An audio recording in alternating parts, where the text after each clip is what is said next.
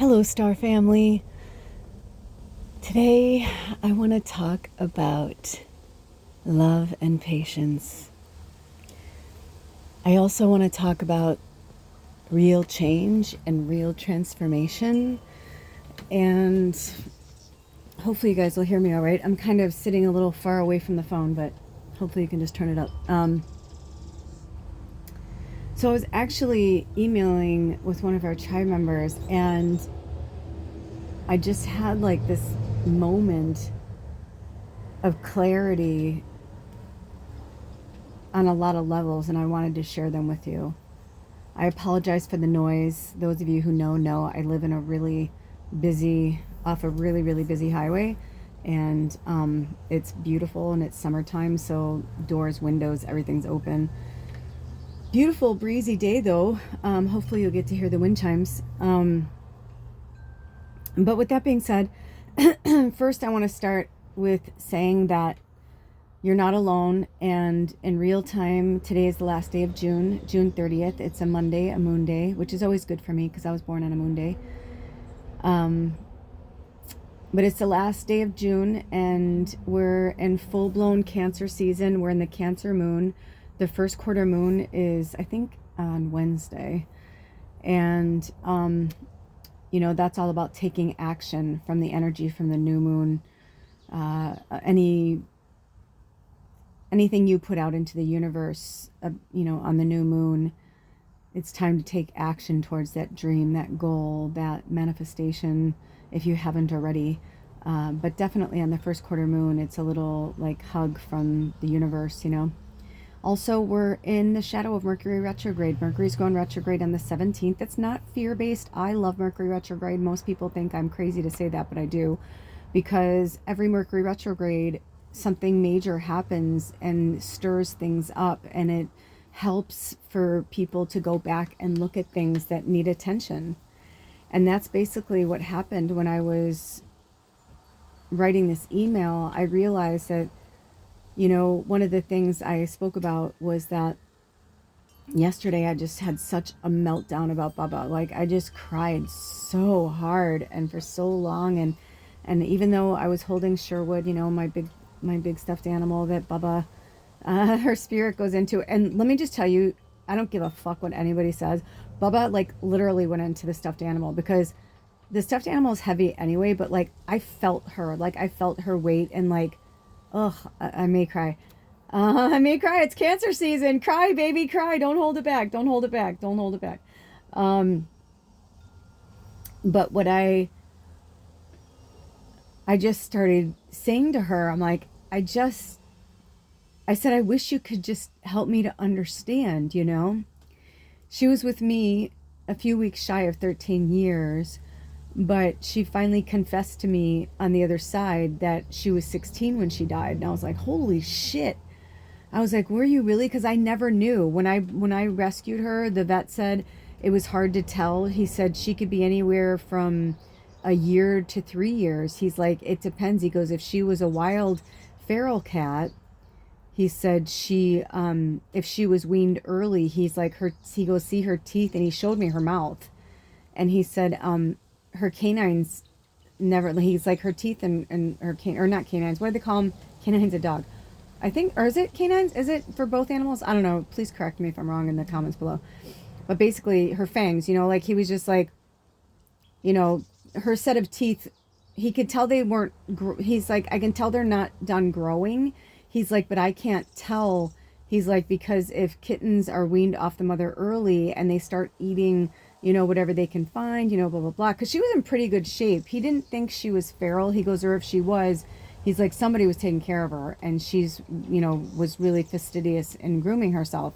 And if she had clean water and food that people were feeding her, and she was living outside, so basically he just like told me like all these things, like all these variables, And again, this was like, 13 years ago, So I always knew she was somewhere, or I should say in the last year, like I knew she was somewhere between, at least 14 to, 16.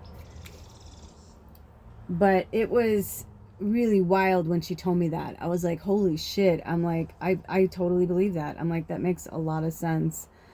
Because in the last year, she was definitely, it kind of started when we were in the cabin. She didn't explore like she used to. She didn't do certain things that sometimes she'd explore. She'd be gone for hours, like hours. Anybody else would probably be terrified. But, I just knew her, and she was so sentient, and she like had her own world, man. She like what I do when I go into grocery stores and like, hug people, bless people, hear people's stories, cry with people, like all that kind of stuff. Baba did that too. I saw her do it. I watched her do it with other animals. I watched her, just like connecting with like trees and plants and flowers and stuff. And, everybody who knew Baba knows, she's just a really magical fucking creature. So, you know, and she would like, she like over the years, she kept telling me different ages, and she'd fuck with me a little bit. So when she finally told me how old she was, I was just like, wow, that makes a lot of sense. I'm like, that just makes so much sense, especially because of the last year.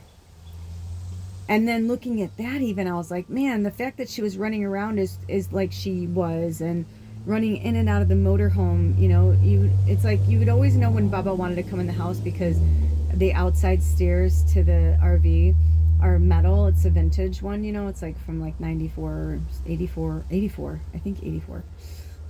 Yeah, I always have to remember that this is like 40 fucking years old. That's so crazy. It's like a vintage home. But anyway, I digress. So she would always jump up onto that, and you can hear it. You can hear the metal, like, or you can like kind of feel the energy. If not, she'd meow or she'd scratch at the door like a dog, So Baba like had her, whatever. And over the last several years, I would say things to her like, "You're gonna die an old lady in your bed, and you're not gonna die until you're 20." And I would tell her, I would say these things to her, because I'd say, "I need you, and like, you're my best friend, and I'm not ready."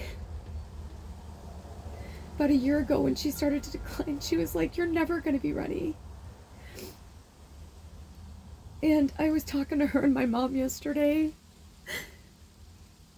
just because I'm so fucking sad I never got to say goodbye to my mom or hug my mom, or, it's like the third dimensional me, like the human me, like she was my fucking mom, And lately, my mom's been showing me like all these awesome moments and like things from my childhood that I literally forgot, or, my star seed pushed out of the way. But I knew what they were telling me. So when Baba was really sick, and then she kind of went into remission, those of you who remember, Baba, I thought she was going to die the week of Thanksgiving. In fact, I was like, dude, are you going to die in Thanksgiving? I'm like, I'm like, if you're going to die in any holiday, I'm like, let it be this one. You know what I mean? Like, please, because my birthday's in December, and it's not about Christmas or Jesus Day. It's like, I just love the energy that comes with Christmas and Hanukkah, and it's the whole thing. Kwanzaa, it's like a multi energy of like celebration. So to me, it's just like we're celebrating another year, and we're going in the northern hemisphere, we're going into winter. In the southern hemisphere, they get to celebrate New Year's in the summer. How fun. So it's like we can travel anywhere in the world and experience different energies and different times. Like, what a beautiful planet, what a beautiful world, what a gift we've been given to have these kind of things, to experience them, to be able to travel, even though we know that like when we die, we can go anywhere we want to go, right? But in being in the avatar and in the experience of like the matrix of flying in an airplane and like all that, you know what I mean? And like just meeting people when you travel and just connecting us together. I mean, it's like, it's just a big, beautiful, massive soup of love and understanding and compassion and patience. And so the unraveling, which was my last podcast, the unraveling that's happening on the planet is because it's individualized. All of us are unraveling in some way, and we're falling apart so that we can fall back together into the real, genuine version of ourselves, and not like the bastardized, quote unquote, version that we've become, from our families, our childhood, our animals, our friends, our church, you know what I mean? School, everything, shopping, you name it, just like everything. And then social media just put the world on fucking steroids. And recently, I went on an adventure with Alder, and there's this area where I live, and I was like fucking blown away that they had put a roundabout in this area, because I was like, this is going to cause so much traffic. I'm like, I don't understand why they're doing this. Not only that, but I was like, it's like, it's connected to what they call the floating bridge.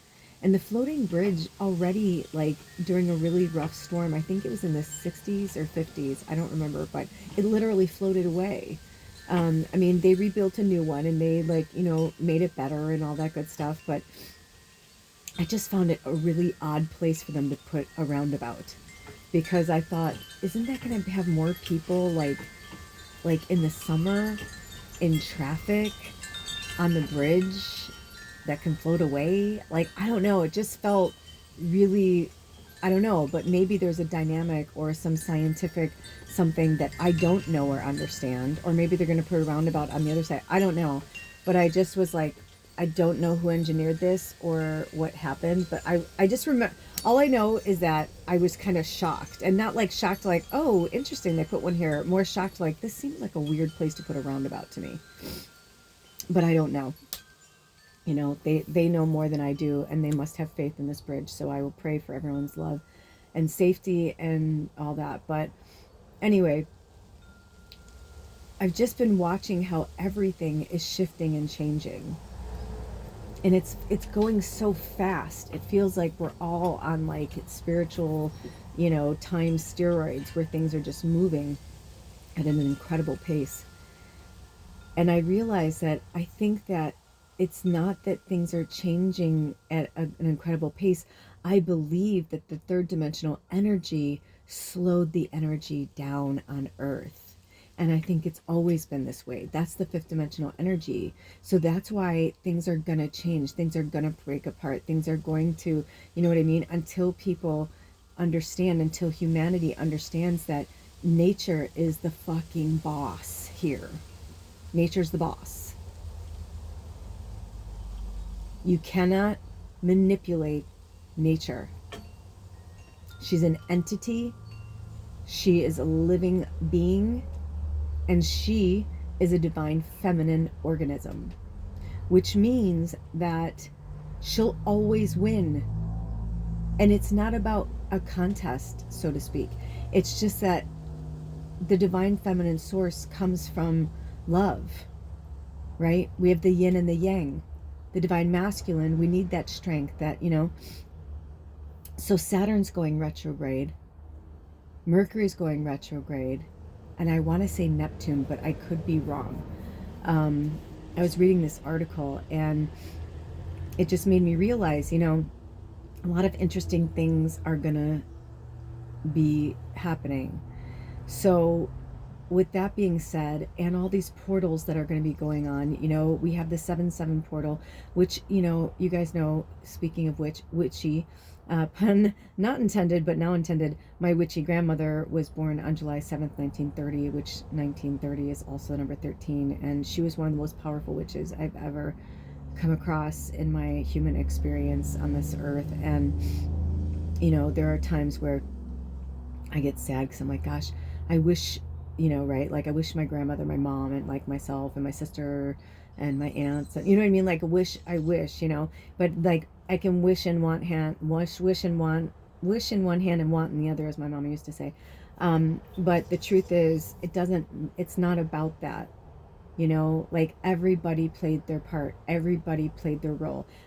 Even down to the fact that when I was living in Los Angeles, I wasn't going to go to my cousin's wedding. And as much as I loved him and I wanted to be there, it's just financially and a lot of things that were going on in my life at that time. I just was like, I just can't make it home, for my cousin's wedding.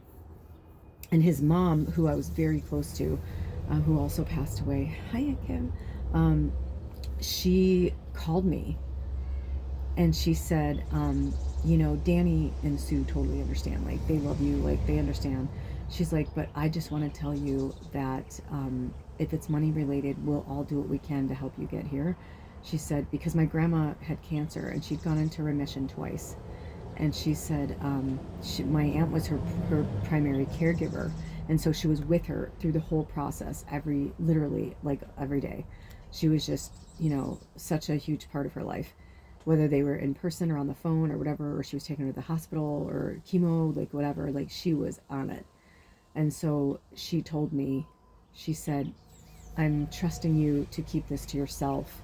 She's like, most people really understand what's going on. She goes, but not everybody understands. She's like, I met with her doctor the other day, and she's like, it's not about whether or not she's gonna go into remission again. She goes, it's not about, you know, she's like, she's going. And she's like, and I don't think she's gonna make it more than, she's like, she goes, and it was like a month away from his wedding. And she's like, let's put it this way. She's like, I am like holding my breath and praying every day that she at least makes it to Danny's wedding, because my nephew, he was her only child, and she had him when she was a teenager, you know, that kind of thing, like first boyfriend, first sex, got pregnant. My mom did the same thing. And, you know, my mom and my dad, their parents made them get married. It was the 60s. But my Aunt Kim, her boyfriend, he just like was not there. He was not present. He wasn't present in Danny's life, his whole life. And he really missed out, because I have to say, like, as much as I love my family and each have their individual whatever, my cousin is like an angel and a sweetheart and just the most beautiful, loving soul. And so he really missed out. But it was all meant to be, because my aunt remarried, and that man, my Uncle Hank, became his father. And you know, he was meant to be his dad. You know what I mean? So, like, sometimes it's like biologically it doesn't mean anything. I just watched this really old movie, and I mean old movie, because it was like Melissa Gilbert and Rosanna Arquette, like in their 30s or early 40s, maybe 30s. And it was based on that switched at birth, that first case that happened where they switched the kids accidentally, and they didn't find out until a paternity test was taken for the one that was her boyfriend kept denying that he was the father. And but then they found out she wasn't the mother either. Anyway, it was really powerful. But they wanted to keep their own children, and it wasn't that they didn't love the other one's child. They knew that it was, you know, but they were like, they'd had their kids 18 months. That's a really long time. They both breastfed and whatever. But anyway, you know, it ended up being a really beautiful story, and how they like coexisted together so that they can raise their boys like brothers, because they were born on the same day.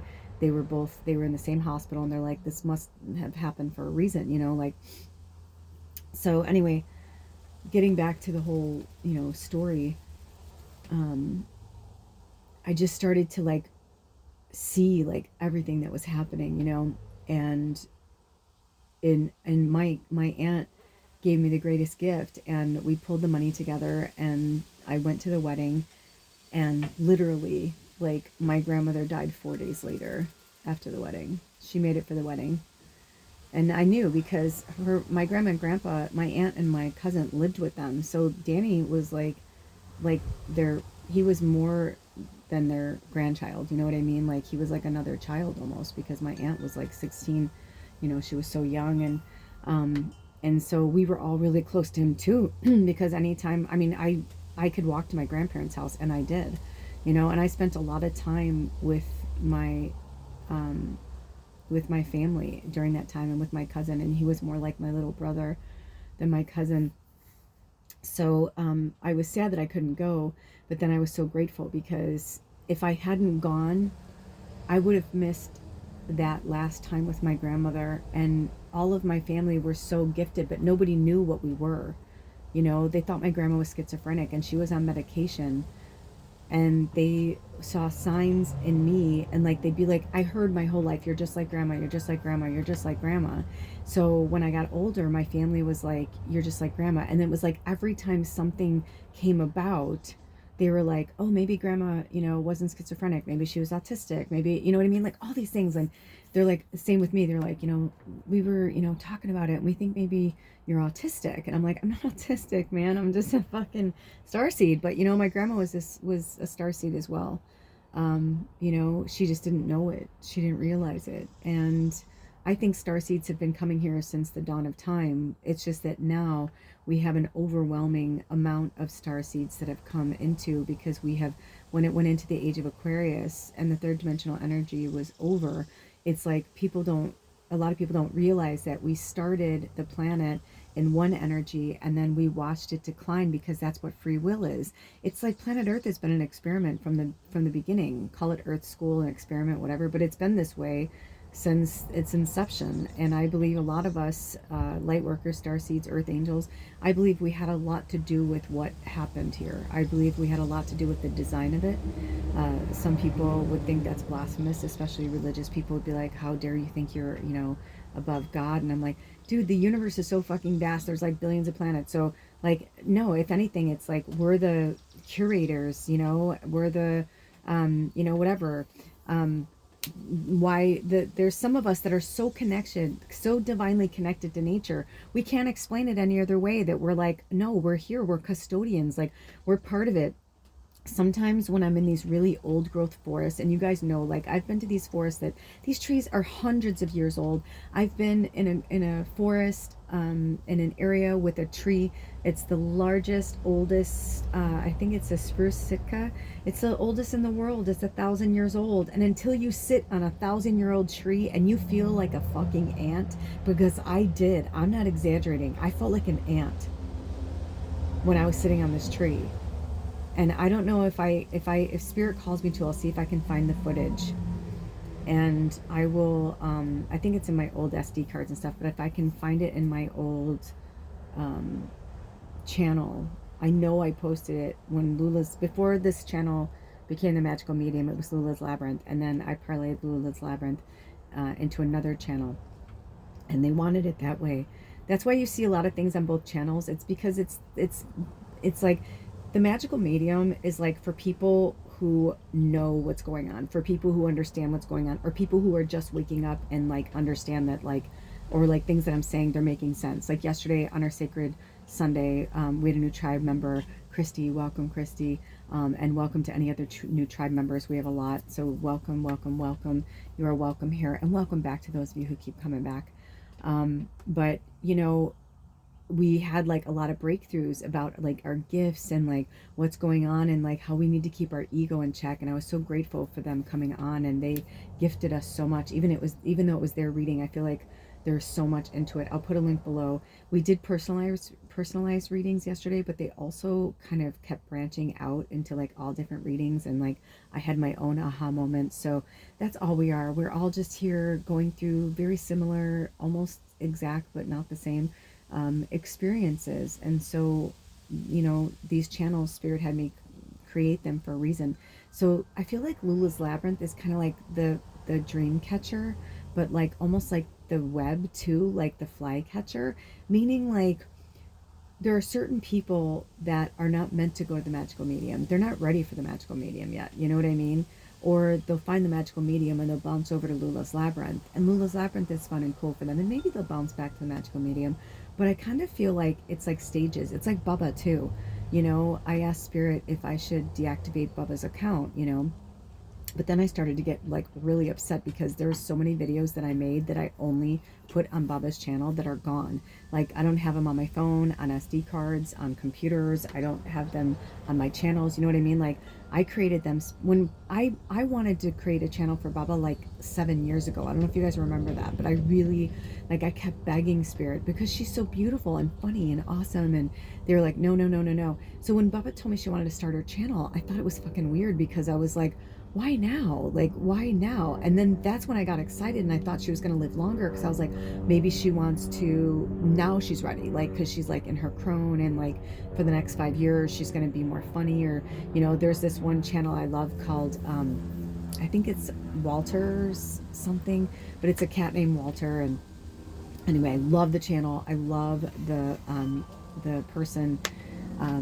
And again, if they call me to, I'll put a link below. But great channel. And she just did a video the other day and explained how Walter came into her life. And I just thought it was really, really awesome and wild and interesting because I kept wanting a male cat when I was looking for Bubba.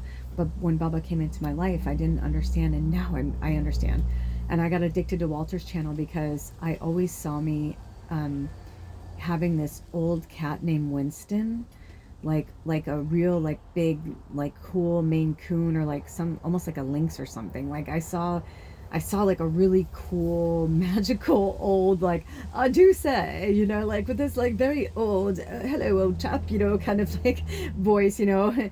It's like where Bubba had a voice too, you know, she definitely did, but he didn't come. And when I found Baba, she was so big, I didn't know if she was male or female.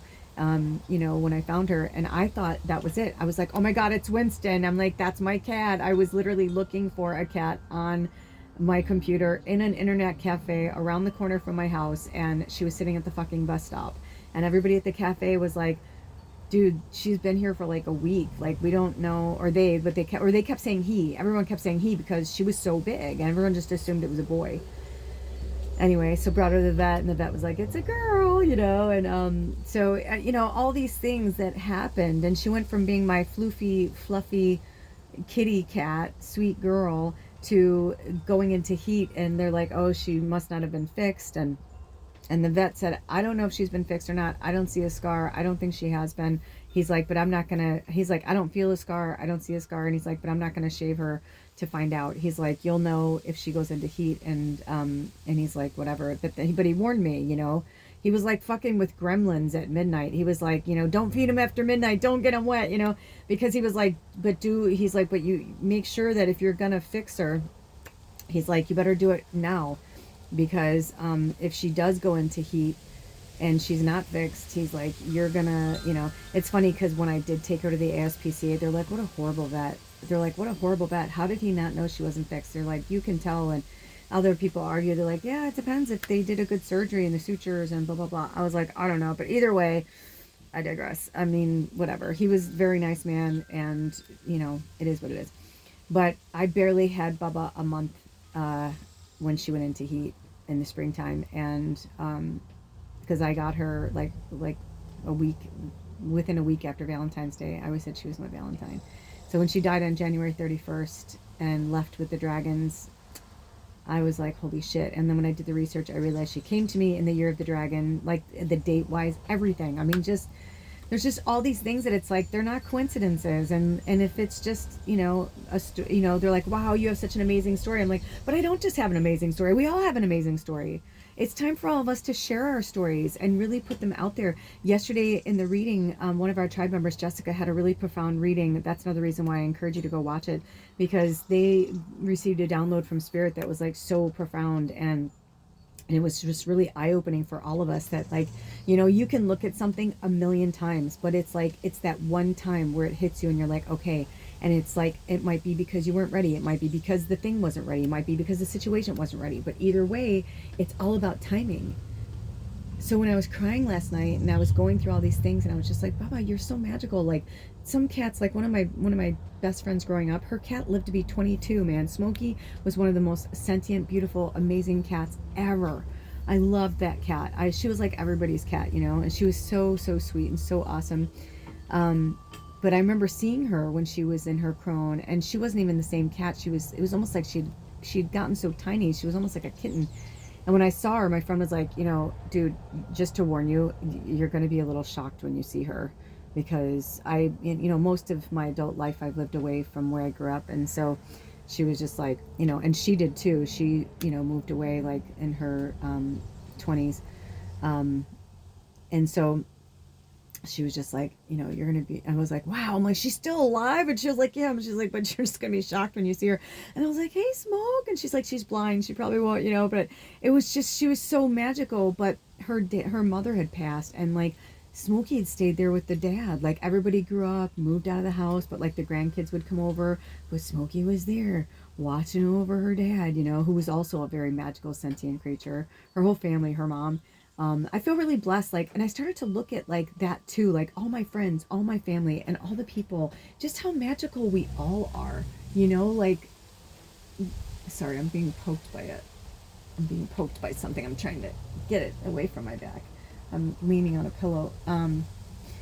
I'm starting to get away from down. A lot of the things I have are down, and I've either had them a long time or they were vintage and I bought it, or, you know, whatever. But especially because I'm so connected to the birds. But anyway, I digress. I got it. No, I didn't. Damn it. Oh, there it is. I'm going to pull it out. Like, some of them I can't see them because my pillowcase is white, and they're white. They're not all white. They're natural feathers. Okay, I think I got it now. Oh yeah. You hear the wind cleansing that energy?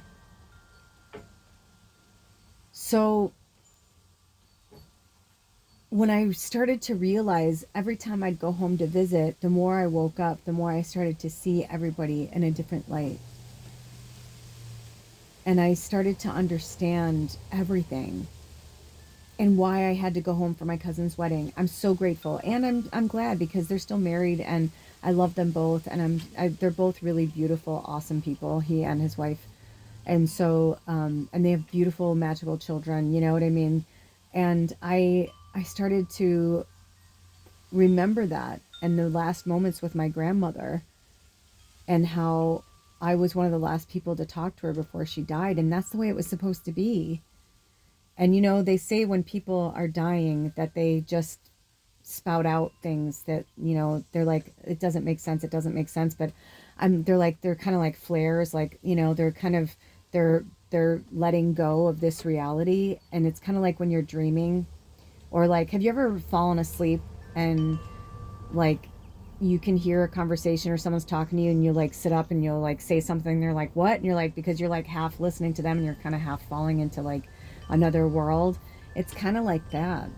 But the cool part about that is that there's no boundaries anymore, and there's no borders, and there's no ego or shadow or anything that's like telling them, you know, something is wrong. It's like they're going from an intuition, they're going from a knowing, a knowledge that they just know because they're crossing over into the other side, where in that realm, the everything you've ever wanted. Did you ever hear that saying that when you die, everything you ever wanted to know, you'll know? It's true.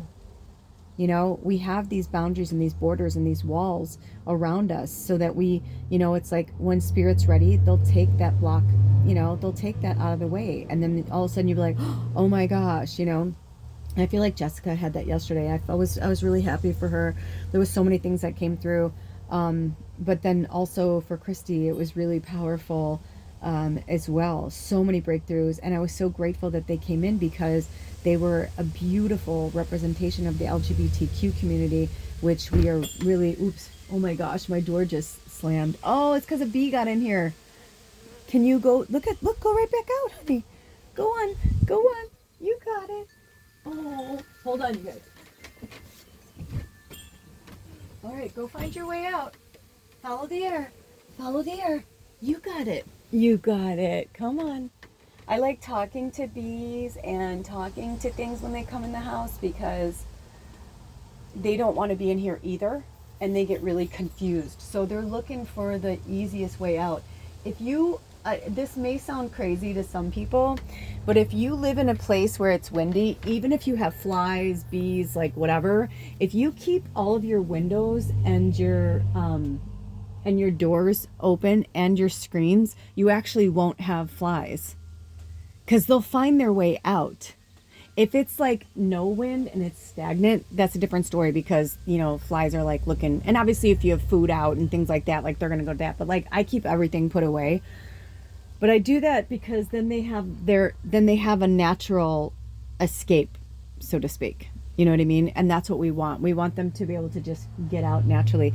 I'm actually going to go open the back screen. Hold on. Okay, I'm back. So, a second for you. Many minutos for me, but that's okay. All is well.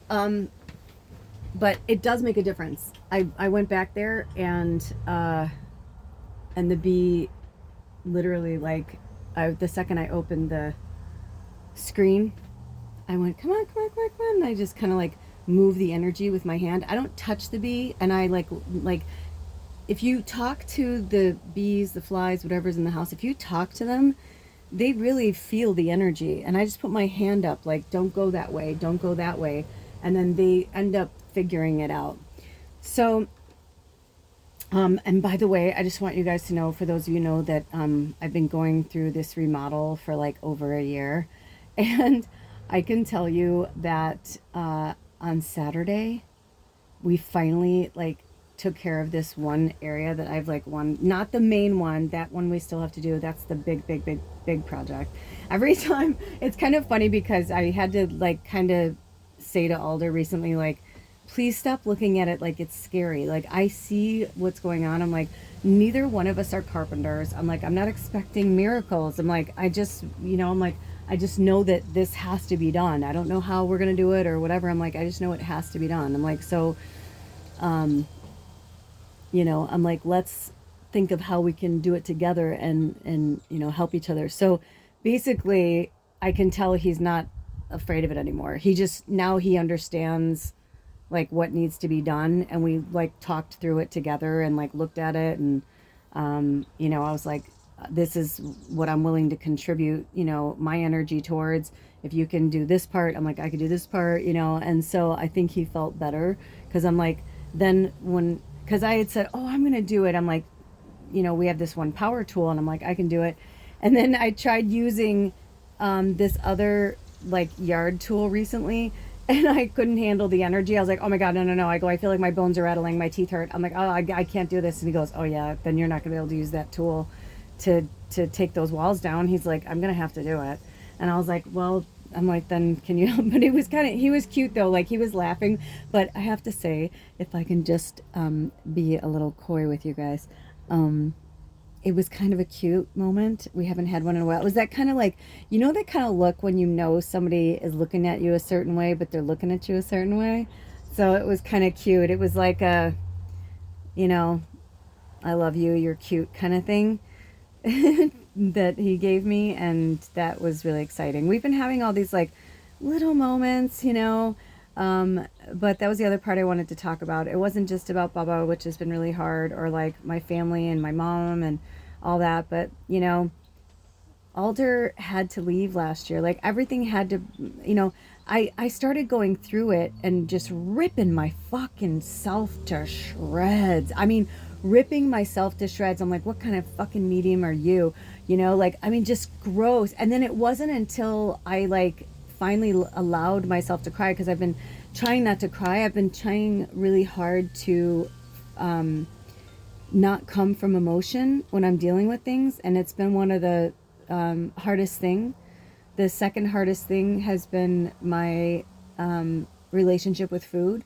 I'm not going to call it an addiction, because it's just an unhealthy relationship that I have had with food that was given to me by other people in my family that I grew up with that had unhealthy relationships to food. And it goes back generations in my family. And just like the lies that were told and the things that were said, to make somebody feel better. We're just big boned. We're not big boned, actually. You know what I mean? It's like, that's a nice way to like say that, to make yourself feel better, especially because my partner, he's big boned. Like people are like, he's so skinny. He's so skinny. I'm like, yeah, but if you see him though, like his knees and his bones, like he's a hardy man, like he's like caveman kind of bones. Like to me, those are big bones. Those are strong, sturdy bones. My family and my experience, it's like, no, I come from the same blood and bone. We have the same, you know what I mean? Like the same DNA. And I think that's just a lie that people have said. And not only that, but like, I think if anything, our family are vegan. I think a lot of our family are vegan. I have been studying this for literally like 40 years, because when I started to have a really unhealthy relationship with food started pretty much from my childhood, but when I started to recognize it was when I was around 13, when I was starting to, my body's developing and like my friends are getting boobs and my boobs aren't getting as big. And, it's like just some girls are getting their periods. Some girls, are like, oh, I got my period when I was 9 and I got mine when I was 12. But I had a friend, who was 13 and she still hadn't gotten her period. And, it's just fucking different. We're all different. And it's like, what's wrong with you? Like, why have you spun outside the matrix? And I mean, just everything. And I know that I'm talking about a gazillion topics today, but I think that's what Spirit's trying to get us to see, everything from all vantage points, and that, timeline is a man-made construct. So if we look at it from that perspective, then we have to also look at everything as like, when people are like, the world is flat. No, the earth is round. No, it's flat. No, it's round. Well, you're both right. You're both right. Like people think it's flat because they're like, how come you can keep walking and it doesn't feel like you're going in a curvature? How come you can go on a boat from one land mass to another and it doesn't feel like you're going on a curvature? Well, I can tell you something. When I really knew, at least in my experience, right, and through my matrix experience, when I was on a cruise ship with my friend and I really saw the horizon, like, or I really saw, like, I saw it go, like, you know what I mean? It was the way, it was really cool because then I mean, we were stoned a lot on that trip, but still, it was awesome, and I'm glad that I was. I would have never made it. I would have never made it between that and Dramamine. I would have never made it. I realized like cruises, like, no, not for me. I'm just not meant to be in a big body of water like that. Like, it just doesn't feel right to me. I don't know how to explain it any other way. And I know I'm a triple fire and all that, but my moon's in Scorpio, so I'm water in my moon, which is emotion. So, blah blah blah. But anyway, and that's a whole other thing in itself, right? Like, that's what I'm saying is like we can go down wormholes of all of our life experiences and each other's experiences, and we're always going to learn something every day. We're always going to have a new experience of it, a new understanding of it, a new conceptualization of it, and so, I just, there's just so much magic. I feel like Wes Bentley in that movie. Oh gosh. Last time I remembered the movie but didn't remember his name. Now I remember his name. Now I can't remember the movie. I always picture Mina Suvari in a bed of red roses. American Beauty. Thank you, Spirit. That's why, because it was the American Beauty was the name of the rose. That her character, Annette Bening. Oh my gosh, Annette Bening was my neighbor. Oh, I had such a fun experience with Annette Bening, honestly, when I lived in LA. They're just people, they just live there. I have so many stories of so many celebrities, of so many things that have happened to me. It's hilarious.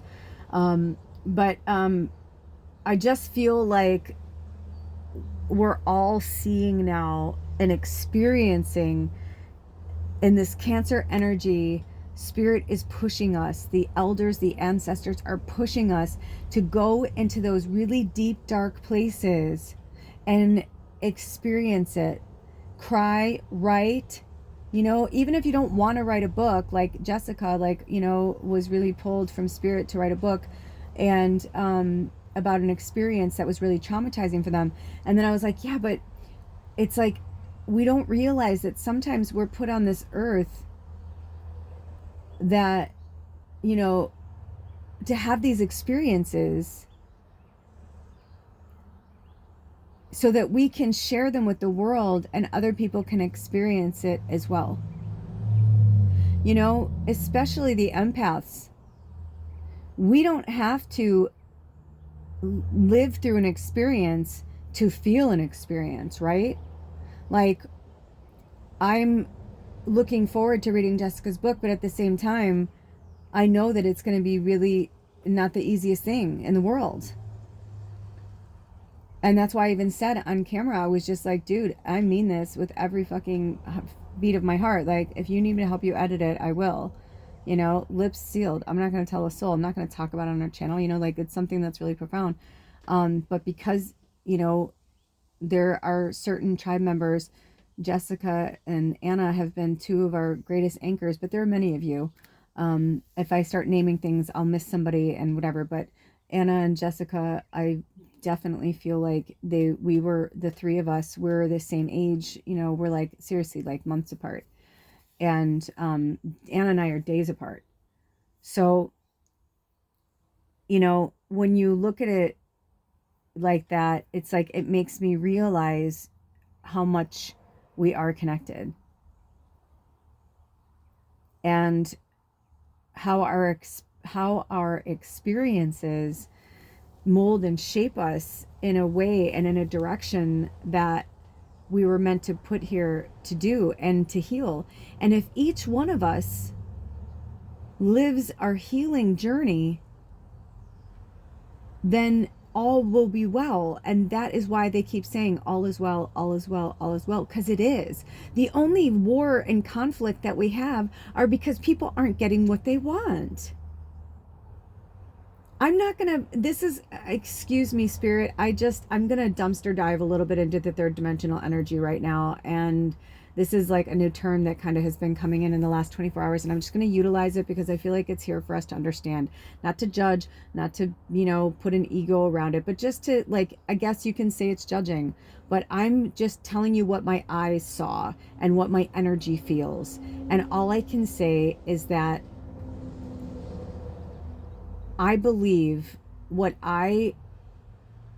when I saw pictures from Jeff Bezos and his bride, I can't think of her name right now, the king of Amazon, when I saw him and his bride, like pictures from their wedding, it was so telling. It was really fucking weird. And I feel like I need to sit with it for a minute, because seeing all these different personalities together in one place, I'm like, so are you friends? Was this a business arrangement? Did you pay each other? Are you like, what the fuck is going on? And it didn't make sense. Energetically, I was like, I felt like I was watching like a weird like play. I don't know how to explain it. I don't know how to fucking explain it. But because spirit put me in, you know, Hollyweird, you know, weird is actually a good word. If you look up the word weird, when the word was actually derived, it meant magical. It meant like fantastical and cool, like, ooh, that's weird. It was a really cool word, but over time it's been bastardized, just like everything else that's connected to magic. So that's why I was like, is this a bunch of really awesome, cool people that like, you know, whatever? Or is this just a bunch of fucking like lost, you know, like talk about freak show, like what the fucking fuck? But the things that were coming off of them individually were so weird. Like I was just like, this one, I'm not, let's put it this way. I won't name names. I will allow you to decide for yourself. But because it was such a crazy, you know, I like to look at fashion stuff, right? So like I always like I'm like, these are some of the richest people in the world. These are like the billionaires, like the billionaires club. So I'm like, and millionaires and celebrities and like performers and like whatever. So I'm like, okay, if I take the Hunger Games version out of it, because that's where my first energy goes, but when I take that out of it, but I want to put a pin in that, because you got to remember Lenny Kravitz was in that too, but he was helping people. You know what I'm saying? Like his character. And there were people who actually, it's like during like World War II, and like, you know, people who were trying to help the Jewish, you know, families, and especially like the children in that. They're like, well, you know, they could be a spy, right? Like the people already know them. They know that they don't affiliate with that, whatever. So they can help more people because, you know, whatever.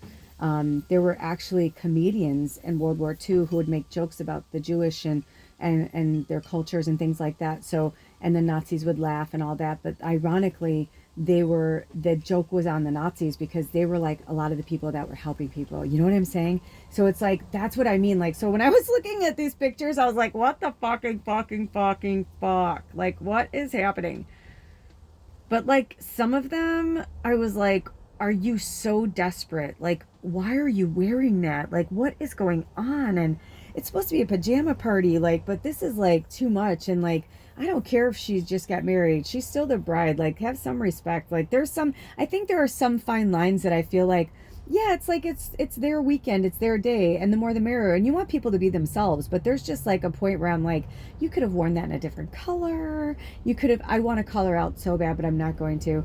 But it just made me sad because I was just like, what beyond what my eyes saw energetically, what I felt was like, this is somebody who is like so desperate to find themselves. And I realized that that's what's happening on the planet right now. I think a lot of people don't know where they fit in or what they're doing or how to do things or what's going on, or you know what I mean? It's like, I think that there are some people who are in the realms of really wealthy, powerful people that are doing what they can to help. And then I think there are other people who are there that I'm like, oh dude, you're fucking yoga pants. Don't fucking stop telling me you're fucking spiritual. You're not spiritual. You're just like everybody else. You know what I mean? Like, grow up.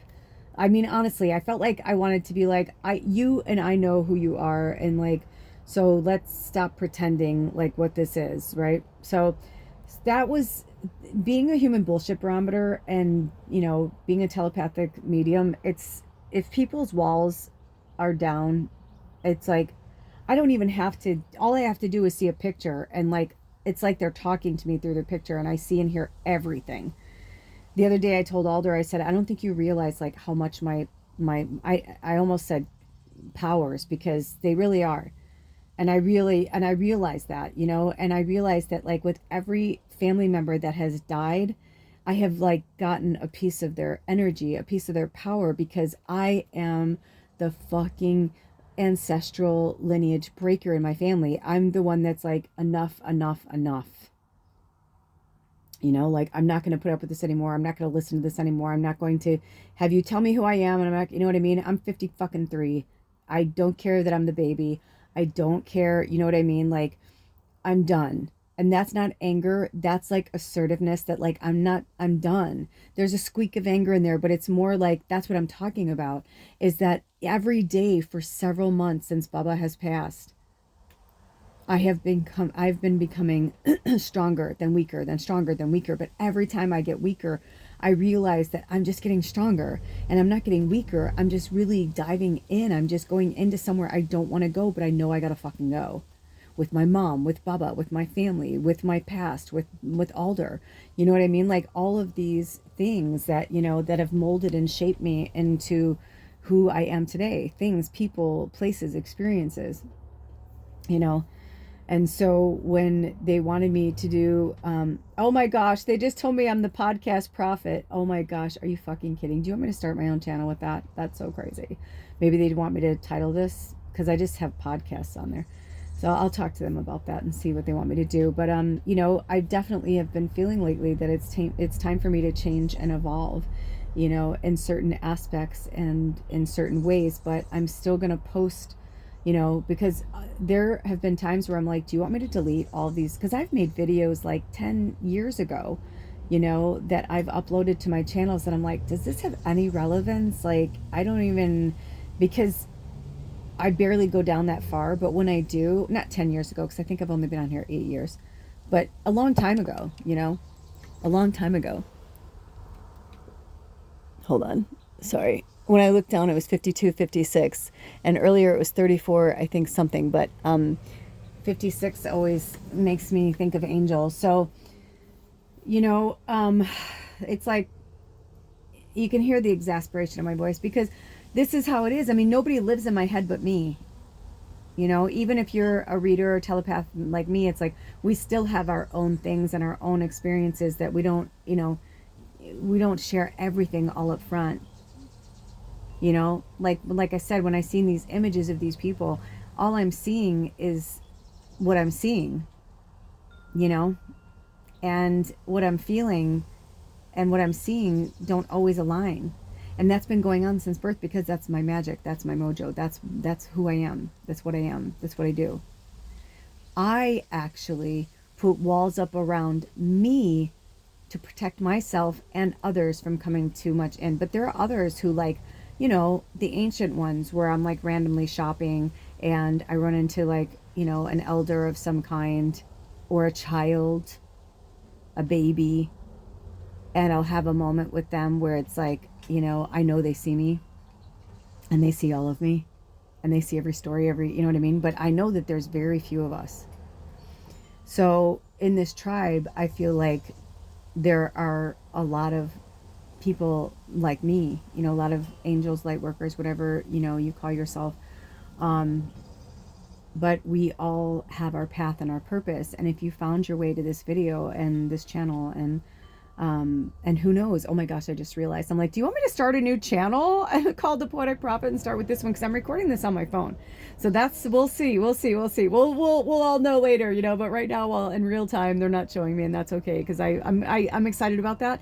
I always like to kind of put a pin in that and go back to that with spirit later, because that's when I really get the downloads, when it's just me and them and there's no interference. Anywho, I'm just realizing that my gift to the world is my loving heart and my patient heart. But over the years, I've grown very impatient. I have grown very judgmental. I've grown hardened. My heart is hardened.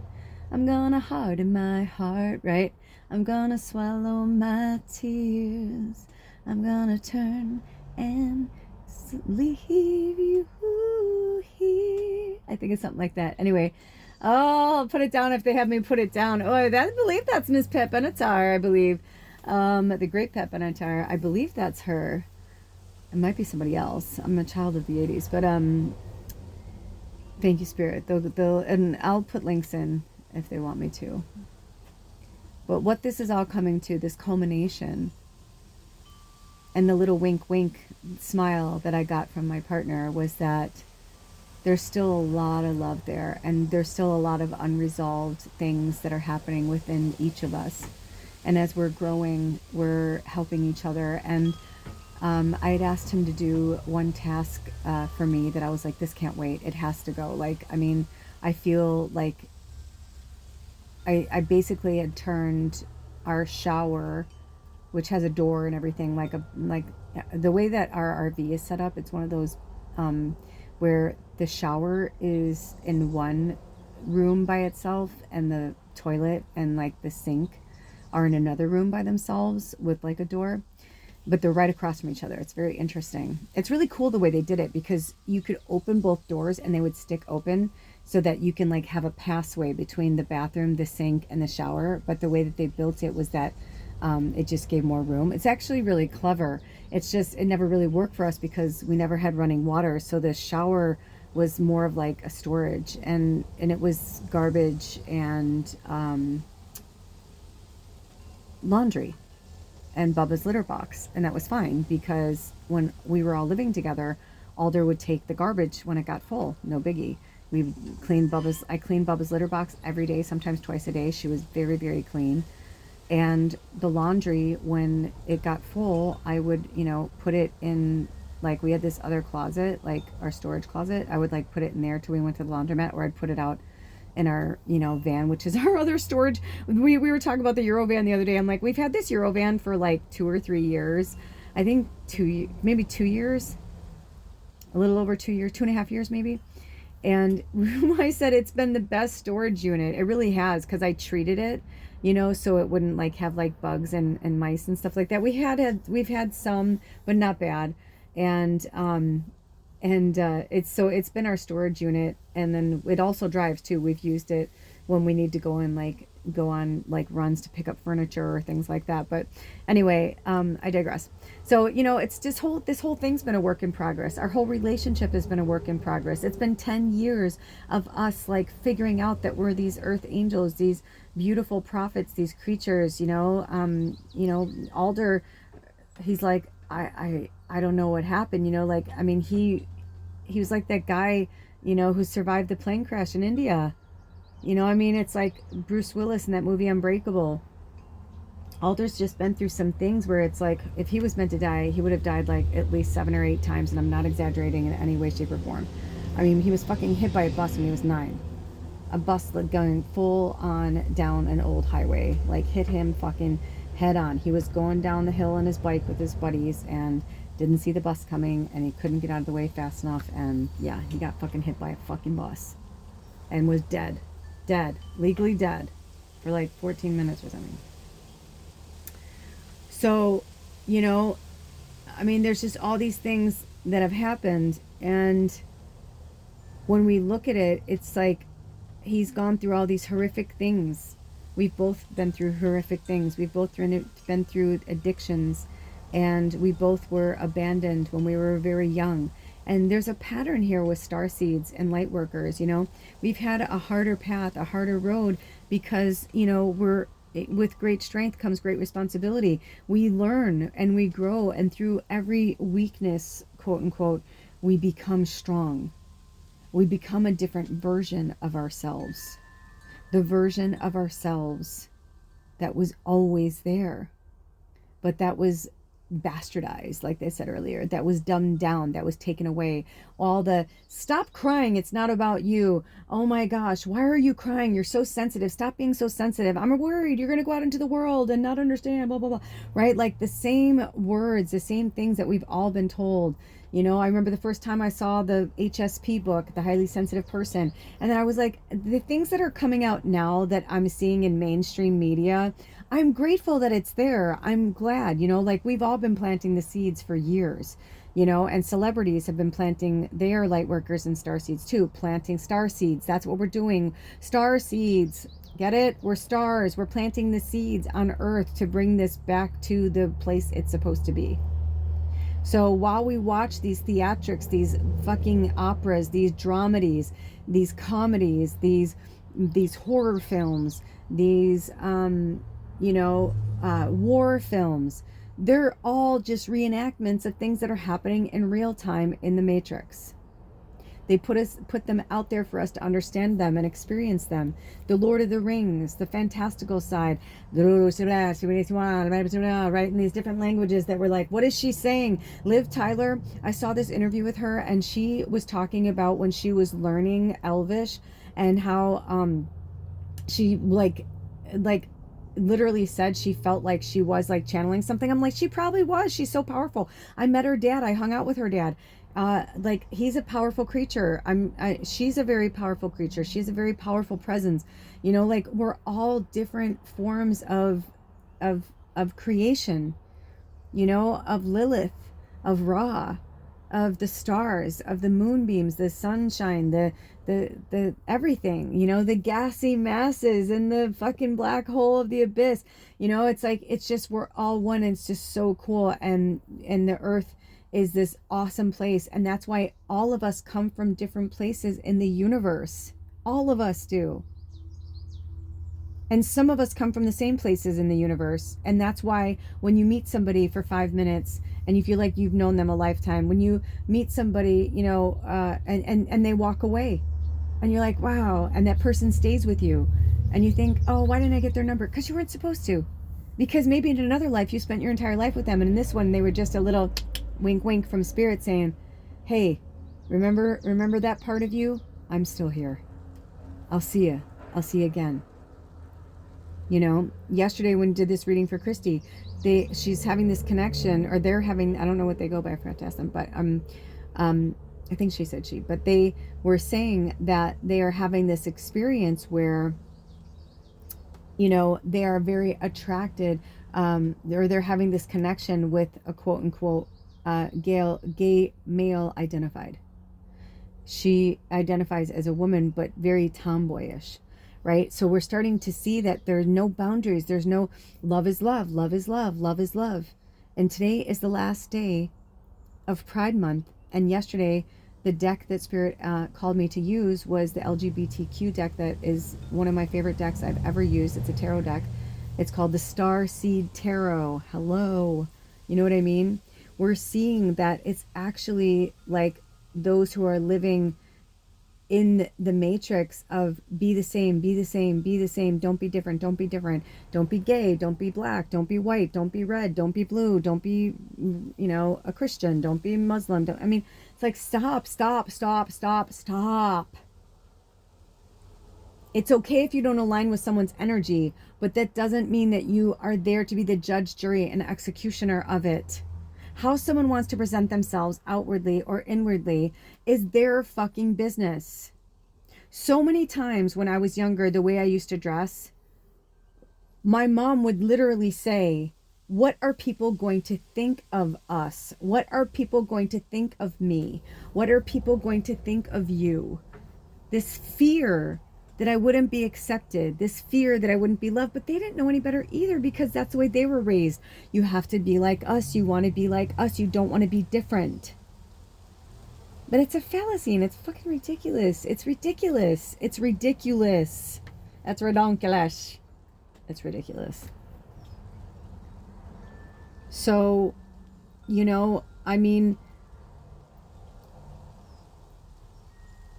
I was thinking about how last year when I found out my mother, well, excuse me, when the Matrix confirmed, when one of my beautiful family members confirmed what I had known the year before, which was that my mom was dying, I felt it. I felt it. I knew actually one of the last times I was near my mom, physically. I knew that she wasn't well, and I also knew that my mom was not someone that would want to do chemo or go through all that. I don't know what she did in the last years of her life. Maybe she did. I don't know. Everybody, you know, things change when you're faced with, you know, your own mortality. And no judgment. I'm just saying, like, I don't know. And I literally purposely don't tap into that, because I feel like if and when I'm meant to know certain things, all I know is that when my mom was, when I saw or felt whatever, I kept seeing my mom's stomach. So that's the only thing. I have no idea what she died of, but I do know that I kept getting something around like my stomach area. So I don't know if it was organs. She did have gallbladder surgery. She had her gallbladder removed some years before she passed. So, you know, my mom had she was like a fucking superhero. She had a really high tolerance for pain, and she didn't even know she knew she was in pain, but it wasn't until even she was like, okay, something's really wrong, that she went to the hospital, and the doctor told her if she had waited like hours, like she was like hours away from like dying, like gangrene, like setting into her body, because her gallbladder had just like, you know, anyway. So when I found out, it was such a fucking torture, because Baba literally started going downhill right before I found out, right before it was confirmed that my mom was ill. And the second I received the message from my family member, I immediately started emailing them back. I was looking at flights. It wasn't even a question. And it was interesting to me, because in all these years that I'd spent away from my family, I thought, okay, this is good. You know, I felt better. I felt stronger. I'm like, this is it. I'm going to go home one last time. I'm going to say goodbye to everybody. I'm going to sort out. I had a bunch of stuff at my mom's that I basically begged her to throw away. Not throw away. I wanted them to be donated, but that's a whole other story. So it was like, it's like I went from like, I'm never going to talk to my family again, to, oh my gosh, my family is reaching out. They actually want me to be there. I'm going to go, you know. And then it was literally like, that email was sent to me last June. Baba started going downhill right at the beginning of June. She started showing signs when we were in the cabin. And like I said, I thought she was just going into her crone. I thought maybe she was about 13 when we were in the cabin. So I was like, okay, I get it. You know, like she's like slowing down. She's not running around like she used to. She's not going on her adventures like she used to. You know, it's okay. You know, like this is what's happening. I talked to her about it. But there were definitely moments I knew she was telling me that she was leaving. And the last year of her life, I was very harsh and mean with her a lot, because I was just like, don't you dare leave me. Like, how dare you fucking leave me? Like, I was so angry with her. I was just angry, but I was angry with my mom. It was like Baba was like a metaphor and was like a symbology of like my relationship of like loss and attachment and detachment, and like how I would deal with this. I mean, because I was like, why, Spirit, why would you have my marriage blow apart, my familiar and my mom both, like, you know, dying in the same year? Basically my marriage, my familiar, and my mother, like the closest human being to me and the person that I grew inside of. You know, I'm like, you know, how dare you? I'm like, what kind of fucking monster would like do that. But I'm the monster, right? In my soul contract, I wrote this. I needed to write this. I had to do it. I had to rip the fucking Band-Aid off because look at what I did. That email is still written. I have never sent it.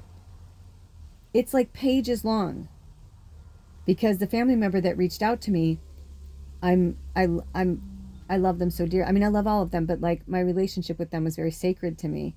So, and very special. So all of my relationships with all my family members were sacred and special, but this one was divinely special. It was created divinely special for a reason. And so their email was beautiful and it was very kind. And even though I could tell they had their own feelings and emotions around what was happening, they were, I could tell they were really trying hard not to judge me or my experience with what was happening. So it was beautiful. It was very well written and very delicate and very loving.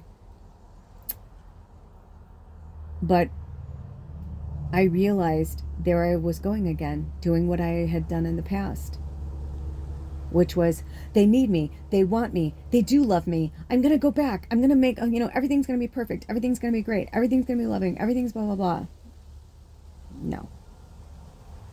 It wouldn't have gone down the way I wanted it to go.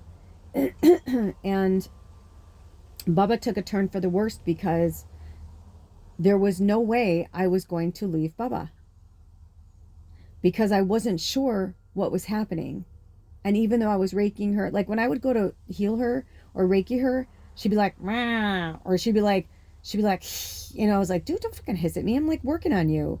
I'm like, why are you hissing at me when I'm trying to heal you? I'm like, stop it. And then I was like, oh, okay, I get it. You want to heal yourself. But then what I was realizing was that she was like, bitch, let me fucking go the way I want to go. Stop trying to control everything. Stop trying to control how your family's going to mourn the matriarch, right? Because my grandmother, when my grandmother died, I knew it. I knew it. My grandma and I talked about it. I had conversations with my grandmother and with my aunt that not many people knew about, that I didn't talk about with other people. They were very sacred and they were very special because my relationships with them were very solid. I didn't know what I was. They didn't know what I was, but they knew I was special, and they like hyped up that special side of me. They hyped up my gifts and my knowing and my intuition. Like they were very, at least with me, I don't know about with my other family members, but when they were with me, I felt like I was supported. I felt very loved. I felt very nurtured, and I felt more secure and loved by them than by my mom. My mom and I were more like best friends, and we always were. And it was set up that way, and she would get angry with me, and she'd say, I just want to be your mother, I don't want to be your friend anymore. And I was like, well, you can't have it that way, Mom. It doesn't work that way. You set it up that way, we set it up that way, and I'm like, I don't know how to have a full relationship with you. I don't want to just call and talk to you about the weather, or like you get to talk about your church and your life, but I don't get to talk about mine because you don't approve of mine. I was like, no, it doesn't fucking work like that. I'm like, that's not a mature relationship. That's not, we have different views, different, blah, blah, blah. I'm like, so, when I realized that all of my friends and my family, our conversations we'd outgrown each other, like in terms of like what I was going to listen to anymore, especially when so many of them were just like me, but we had different, sets of skills and gifts and powers. But like, I was like, I'm not going to sit here and listen to this fucking bullshit anymore. You're either going to open up to who you are and I will be there to hold your hand and love you all the way, or I have to walk away. I'm not going to be judged by you. I'm not going to, be your fucking battering ram. Like I'm not going to, even though we were all mirroring each other, it was like ripping me apart. And over the years, between my family and my friends and my jobs and my peers and my first husband and like all those relationships, I kept trying to be something for everybody but me. And all it did was create the monster that I became, that when a mirror was put up in front of me by my friends and my peers now in this spiritual community, I was like, holy shit. And I was like, I didn't like myself. I was a fucking asshole. I was mean. I was judgmental. I was spiteful. I was envious. I was greedy. I was narcissistic. But they were all survival skills that I'd acquired from each of these individuals to help me try and survive Earth and try and survive humanity through this fucking very small lens and this scope of this old world that was dying, not realizing what was happening. And now that I can turn around and look at all of it, it's more than just, oh, age's wisdom, right? Because in some realms, I'm 53, I'm not that old, right? I'm middle-aged. But now we're seeing there are other cultures and countries where people live to be, well into over 100, and they're healthy. They're healthy as can be. The span of life in certain countries that have short lifespans are because they are more slave driven. Think about that for a second. Let that fucking rattle around your noodle for a minute. And if they're not slave driven, they're in very dangerous places, right? If you live in the Amazon is one of the most dangerous places in the world because there are more poisonous creatures. So those are badass motherfuckers, man. But if you get to grow to be an elder there, that's a really cool experience, But in some cultures, they don't believe in longevity. Some are just here to be the gatekeepers. Some are here to be the custodians of Gaia, of this beautiful organism. So when you're moving forward, think about, especially if you're watching this in real time in the Cancer season, in the Cancer energy, remember that you're gonna have experiences that are gonna test and try you. It's how you come back from them. Lately, whenever I think about Baba, I've been holding my tears back because I've been trying to retrain my emotional sensory to observe something first. Right? Because there were moments where I couldn't see anything without bawling my eyes out if it had anything to do with Baba. I couldn't look at her picture. I couldn't look at her videos. I was like, I would ask Spirit to give me a number. If it was an old video they wanted me to do, I'm like, give me a number and then I'll like count it out, and I'll just like go by it quickly, because I was just like, I couldn't do it. But I think that's also why I have so many old videos and pictures of her all over my,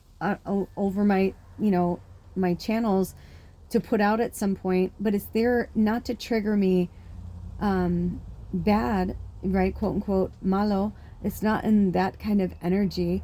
It's more in like oh, that's a great memory. Oh, we had so much fun. That like I remember that, you know what I mean? Like, but if I am having that, then I need to allow that to come out because maybe there's something there.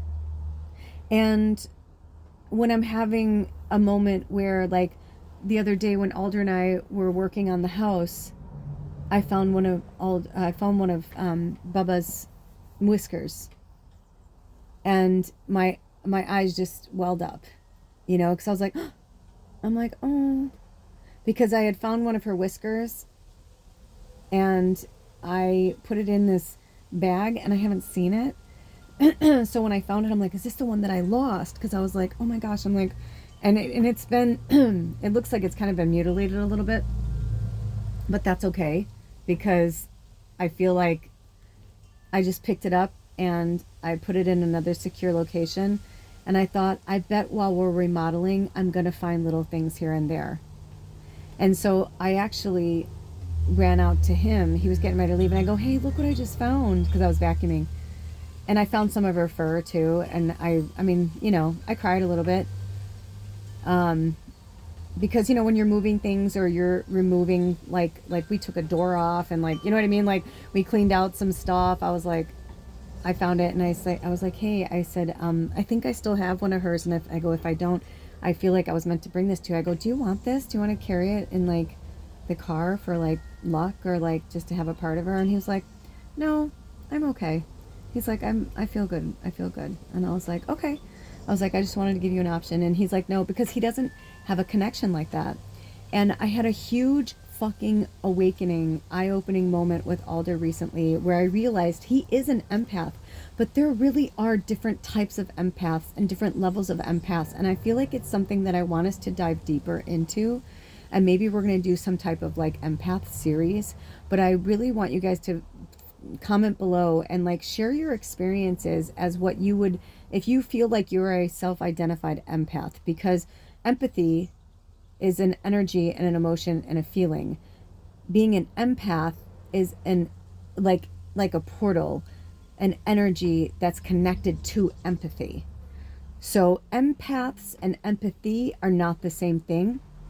So we need to really challenge people to understand that more instead of throwing these labels around. And I get it, because when I was going through my awakening, I went through that as well. I was like, I'm an HSP, right? And they're like, what's an HSP? I'm like, it's a highly sensitive person. What's a highly sensitive person? It's basically an empath. It's just a different version. It's just, empath is like just a label or like a word that it's, you know, it's kind of like putting, it's like you can't find a word for magic. Magic just is, and magic is on multiple levels and multiple dimensions, right? It's kind of like the same thing. In my experience, true empaths are earth angels, you know, and it's because we come from a realm that's, it's just different. The world that we come from, wherever we were created for the purpose of holding and anchoring the light, but also being able to anchor the shadow. And, you know, I saw something recently from Carl Jung that said, it's coming into my orbit so much that I knew that it was meant to come up with something, and I feel like this is where it's going to come out. That he said that the teachings of the empath have given empaths, have done the empaths a great disservice, or something like that. And meaning like, to hide away, like you're too sensitive, you shouldn't be out with people. That's just another part of the shadow energy, right? That's like, no, we don't want your energy out here. We don't want your energy out here. But we do. We actually do. So there is a strength and a power in being an empath and being able to hold the energy and crying when we need to cry, but also working through something, because once we give that good guttural cry, we work through it and now we're done. And it just puts another peg in the board of humanity, of anchoring another form of light that isn't lost in some soul retrieval shadow, like, you know, in an abyss of black, of nothingness. Let me just put this pain and suffering in this closet and shut the door, you know? We can't handle it all at once. So when it does come, handle it and work through it, and you can do it, and I know you can do it. And if you found yourself here today, it's because Spirit wants you to empower yourself. Empath, empower, you know, they're very similar words. So we want it to have this empath empowerment movement where we are strengthening in numbers by walking in marches and speaking our truth on, you know, social media and putting it out into the universe, because we're not just putting it out here, it's amplifying out into the universe. Our television, our feed, I say this all the time, I'm quite certain my life is probably, you know, a #1 hit TV show somewhere in the universe, you know what I mean? Because it's too fucking surreal, you know, it's almost like they're building it. It's almost like, right, it's like another, it's like I was co-created, right, by another energy, another universe, another, you know what I mean? It can go on, and it's like Horton Hears a Who, right? It's just like another world, another world, another world, another world. You get close to the ground and you see how many worlds are happening. All of these planets, it's just, we're just worlds within worlds within worlds, and it can get very confusing and ungrounding in it. But the truth is, it's just layering. It's pulling back the layers, and it took me years, okay? If you're finding yourself this video right now, it has taken me 53 years to get to this point, okay? You may get to it in one day. You may have such a massive awakening, and that's because you were wired that way. Maybe it'll take you 100 years. You were wired that way. This isn't a competition. Only third dimensional reality tells us that one's better, one's worse, it's bullshit. That's when you look at the world as flat, right? Because it's all the same. I lived through 53 years of experiences. Last night, when I was sitting with Bubba and she was showing me everything and why I even started this video and how we'll wrap this up. is I was crying so hard, and I said, why did you leave me? Why couldn't you have lived 20 years? I mean, I understand, but I don't understand. Why couldn't you, have died peacefully, an old lady in your sleep? Why did you have to go and suffer such a horrible death? I watched her suffer. I had to care for her and go through the, you know what I mean? Like, it was awful. Alder didn't help me in any way, shape, or form, except for he was like the baby daddy. He just was like bringing food, bringing litter, bringing pee pads, but like, he wasn't staying here for long periods of time. He didn't have to change her diaper, so to speak. Like, he didn't have to go through all that. But I went through that with Bubba. I didn't go through that with my mom. I went through that with Bubba. And had I gone home, I think that I had this like, I don't even want to say fear, because that's an old energy. But looking back on it now, I think I just had a knowing and understanding that I was meant to be with Bubba. I was getting ready to like pack my bags, and I have this feeling, this very strong feeling that I can't shake, because my mom like showed it to me as well. My mom had a guest house. I could have easily reached out to my mom and made amends and went back there and either stayed with her in the house or stayed in the guest house, or, Alder was doing really well last summer. You know what I mean? Like, he probably could have sent me money. I could have like maybe stayed somewhere. You know what I mean? Like, things could have easily gone differently. I could have camped on her property. I loved camping. It was in the summer. You know what I mean? Like, she has a beautiful deck, she lived on she's like up on a bluff, like hundreds of feet, like above this beautiful white river in Arkansas, like, I mean, just this magical place. It's magical. Her fucking property, the house, it's really beautiful. I didn't hesitate. I was like looking at flights. I'm like, I'm going to go home and I'm going to take care of her until she dies. That was my, you know what I mean? Like, I just thought that's what's going to happen. But each week, the day that I was going to send the email, Spirit said no. Then I kept checking in with my pendulum, with my cards, with other fellow light workers. I was just like, I'm like, what is going on? I feel like I'm just not supposed to be there. I'm like, I don't understand. I'm like, am I supposed to just wait? Is Bubba going to die first? I'm like, what am I, you know what I mean? Like, it was one of the hardest, most headfuck times of my life, period. End of story. I can tell you, because I lived my life. I know. And no matter what experiences I've been through in the past or how hard I thought they were at the time, nothing was as excruciatingly painful as last summer. When Alder was just going to leave for a few weeks, then he was gone for a month, then he decided he didn't want to move back, he wanted to spend more time on his own. Then when he told me he wanted a divorce and wanted to break up and all that, and I was like, dude, the shadow's creeping in. I'm like, this isn't you, this isn't us. And it was just, it was horrible. It was horrible. But even like the whole story, like Bubba died in January. My mom died in August. I found out it was confirmed my mom was dying in June of last year. Bubba started going downhill in June of last year. But it was like a weird competition, who's going to go first. And the last time I had gone home, or was it the last time I had gone home or the time before that? Bubba was missing. Alder didn't tell me because he didn't want to scare me. But I was gone for like 33 days or something. And I think it was the first time I went home. That's right, because it was summer. Because the second time I went home, it was fall. And when he told me that she was missing, I go, what do you mean she's missing? He's like, I mean, she went outside and she hasn't been back. I'm like, how long? And he's like, 5 days. I'm like, 5 days? I'm like, holy shit. I'm like, dude, that's, because we had coyotes in our area. And I'm like, she's my familiar. I would have felt it. Dude, I didn't even hesitate. I like booked a flight home and came home. And right after I booked my flight, she came home. So I knew that was her way of telling me that I needed to go. And I don't know where Bubba was to this day. She's never showed me or Alder, which is so interesting, but she was gone for 5 days.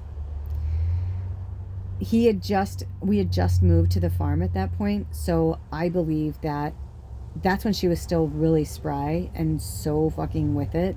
So I believe that Bubba spent those 5 days scoping out the whole fucking area so she can kind of see what was going on, what was happening. It was the end of August, beginning of September. It was also really hot. So she may have, I don't think we had, I don't remember if we had an air conditioner at the time. Oh, yeah, we did. But either way, like she was always really savvy, you know? So like she knew how to find things. We were up against these hills. You know, like there was a river nearby. You know what I mean? Like I'm like, I don't know where she went or what happened, but like she did that on purpose because she knew I was actually thinking about staying longer and she was like, "No, it's time for you to come home." So my one of my concerns that I had was, and I guess it is a fear, is that when I would come home, or excuse me, I thought if I went home to visit my mom and I was pulled to stay there, I was like, what if Bubba dies while I'm gone?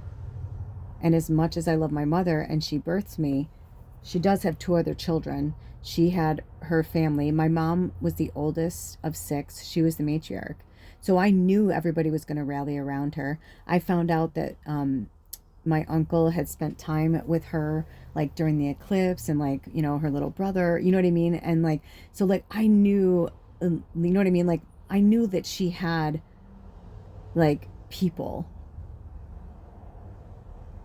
And every time I wanted to go, I felt this barrier that I can't explain, like a repellent, like, you know, like when magnets repel each other, it felt like I just wasn't meant to go. And so I kept taking that as like, Bubba's going to die first.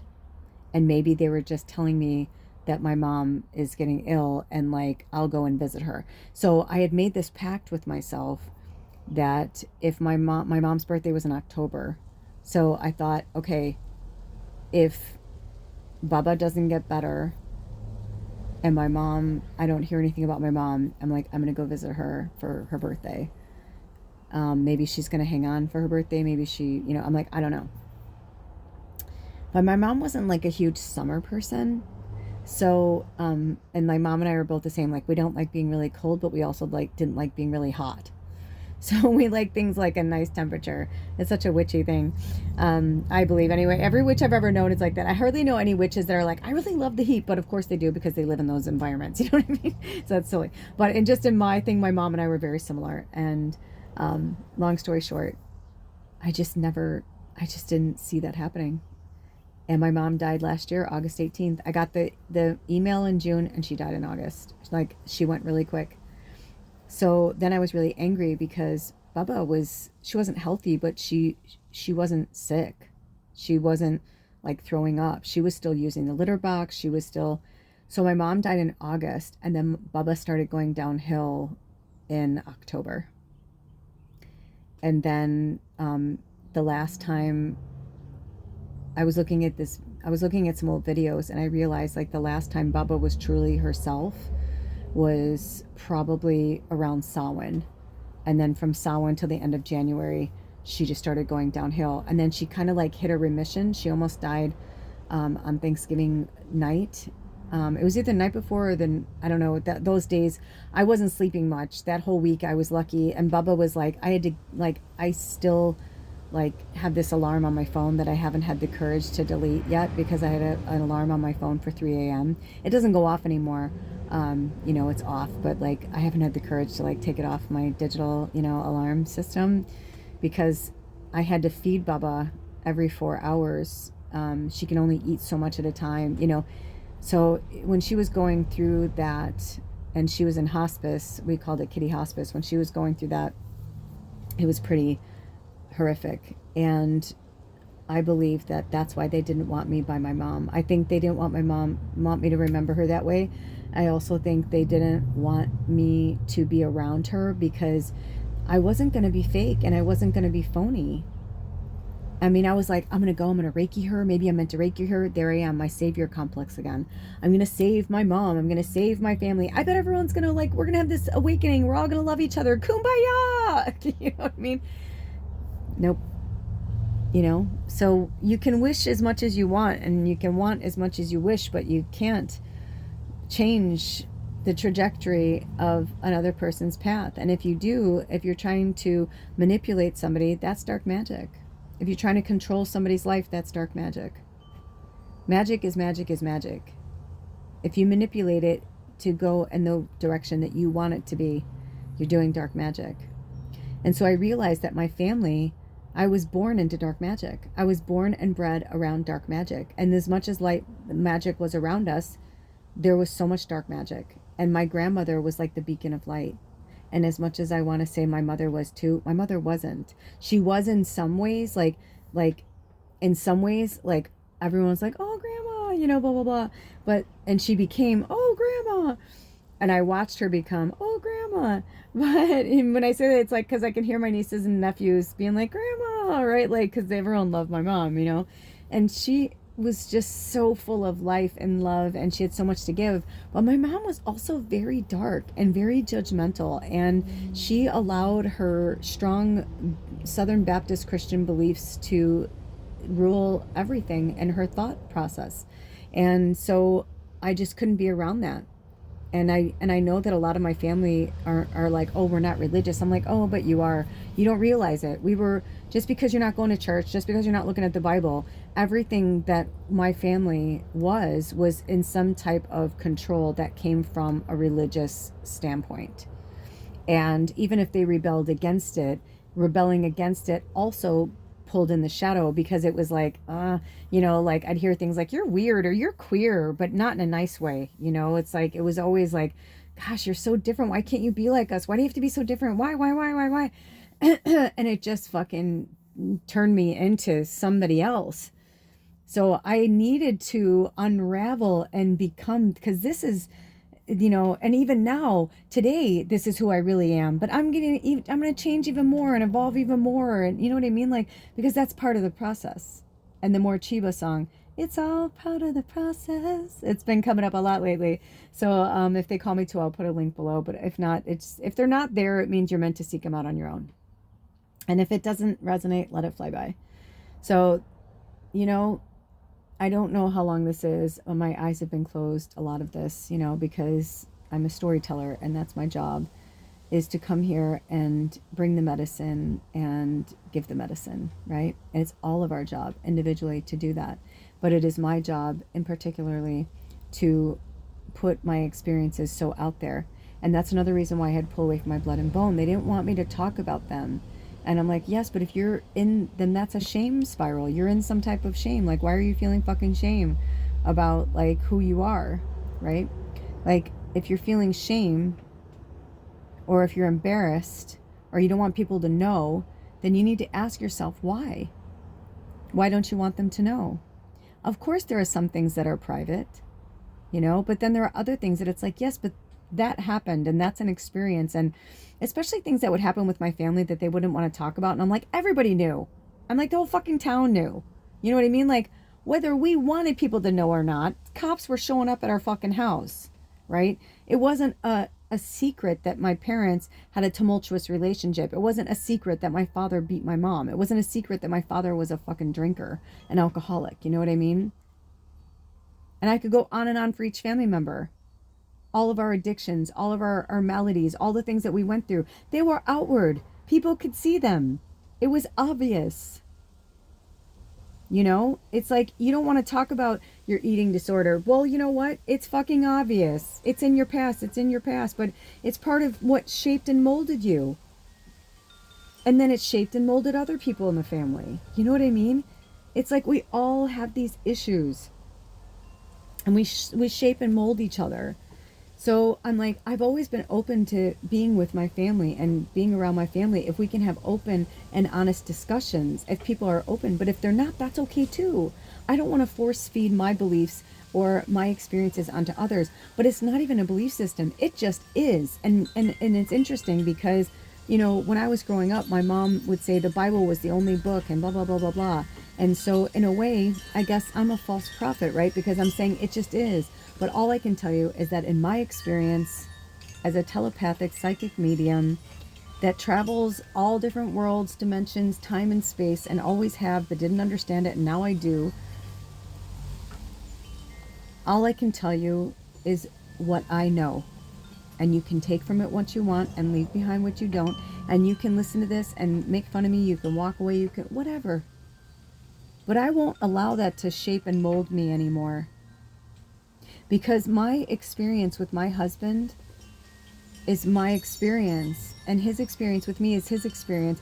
And our love experiences, each of us individually, have been very skewed because of the way that love was told and taught to us.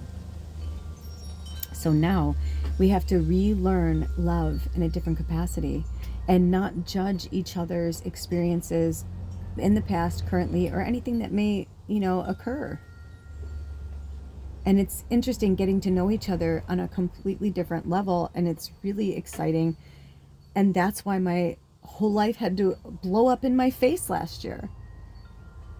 I saw it coming for a long time. Alder saw it coming for a long time. And every time we would stop, take a break, talk about it. But he needed to go and be on his own. I said to him the other day, I'm like, I'm not going to tell you who you are, but I'm going to tell you from my experience and just energetically what your higher self is telling me. I'm like, this is like an old path. You're done. And when you're really done, you'll know. And I'm like, I feel like you're coming closer to it. I'm like, but this isn't just my house. This is our house. So we either sell it together or we continue remodeling it together. But I will not continue living like this. This isn't fair. If you want to live the way you want to live, I'm like, that's fine. I'm like, but I don't, right now, I'm limited, right? Unlimited. We are unlimited. But if we align ourselves and another person's energy and storyline and dimensional experience, portal, whatever you want to call it, world, then that's what we're going to get. So I've been putting lipstick on this pig for over a year to make it cute and comfortable for myself. But now it has gotten to the point where I was like, this isn't comfortable for me. I don't want to live like this. I'm not going to live like this. So either you help me or I'm going to hire somebody to help me to do it. But I'm not going to, and let me tell you something. I felt like when we opened up that shower and we took all the garbage out, we cleaned everything. Cause even though I was putting stuff in there like essential oils and vinegar and stuff to keep the smells down. And I do everything more naturally and whatever. It's it still was I'm like, it smelled like something fucking died in there. And I was like, and maybe it did, maybe it didn't. I don't know. But either way, I was like, I was like, this needs to go. This whole section needs to go. I'm like, this door is this is in my house. This rotting energy needs to go. So I did a deep clean and we pulled everything out of there. We pulled the door off the shower, which I wanted to do for a long time. I did a deep cleaning in there and it literally feels like a completely different house. All of a sudden I'm like, oh, I'm okay. I know it sounds weird, but I swear to you on all that is holy, I was like, I'm okay. I just needed at least that part done. We will finish the other part. And we already talked about it and we have a plan in place. So I'm excited. But at least with this, I felt like a whole new, I was like, a whole new world, right? And I was just like, holy shit. I'm like, this is exactly what I've wanted. At least having this open, having this energy, it just felt so much better. So maybe it's the same for you. Maybe it's time for a massive shift in your mind, your body, your soul, your home, your job, your car, where you live, the location, the country, the state, we're all in a state of flux. And we're going to talk more about this. We're going to get more in depth about this. But I'm sharing these stories because they need to be told. And whether or not my blood and bone presently understand that, it doesn't matter. It's this is old ancestral messages, languaging. My Aunt Kim didn't come to me very often after she passed. And I was really sad about that because she's been gone a few years now. And I was like, wow, I thought she'd come around more. And we had the last time we saw each other, it wasn't bad, but I knew it was going to be the last time I saw certain people. I just felt it. And then there were other people where I was like, I don't know if I'll see you again. I had hoped that I'd see my aunt and my mom again. I had hoped that I'd see my family one more time again. But it wasn't until after I came home from the last time I saw my family, and then my mom came out to visit me, that after we dropped my mom off, I said, do you think I'll ever see my mom again? And that's when Alder was like in his very, like, he just kind of said it like it was. That was after his big, quote unquote accident where he almost died and all that. He tried to kill himself, but we say accident just because it just drums up so many other things. So anyway, but he just, like, without skipping a fucking beat, he goes, no. And I was like, and I started crying because I said, I don't think I am either. And I remember I wanted him to pull over, and I wanted him to, like, there was like this part of me that wanted to jump out of the car and help my mom and get her to the airport and blah, blah, blah. But, like, I just felt like she needed to do it on her own. And we ended up having a huge fight after that because she blamed me for something, and I didn't know something with the rules with the aviation. And she's like, I wasted all that money.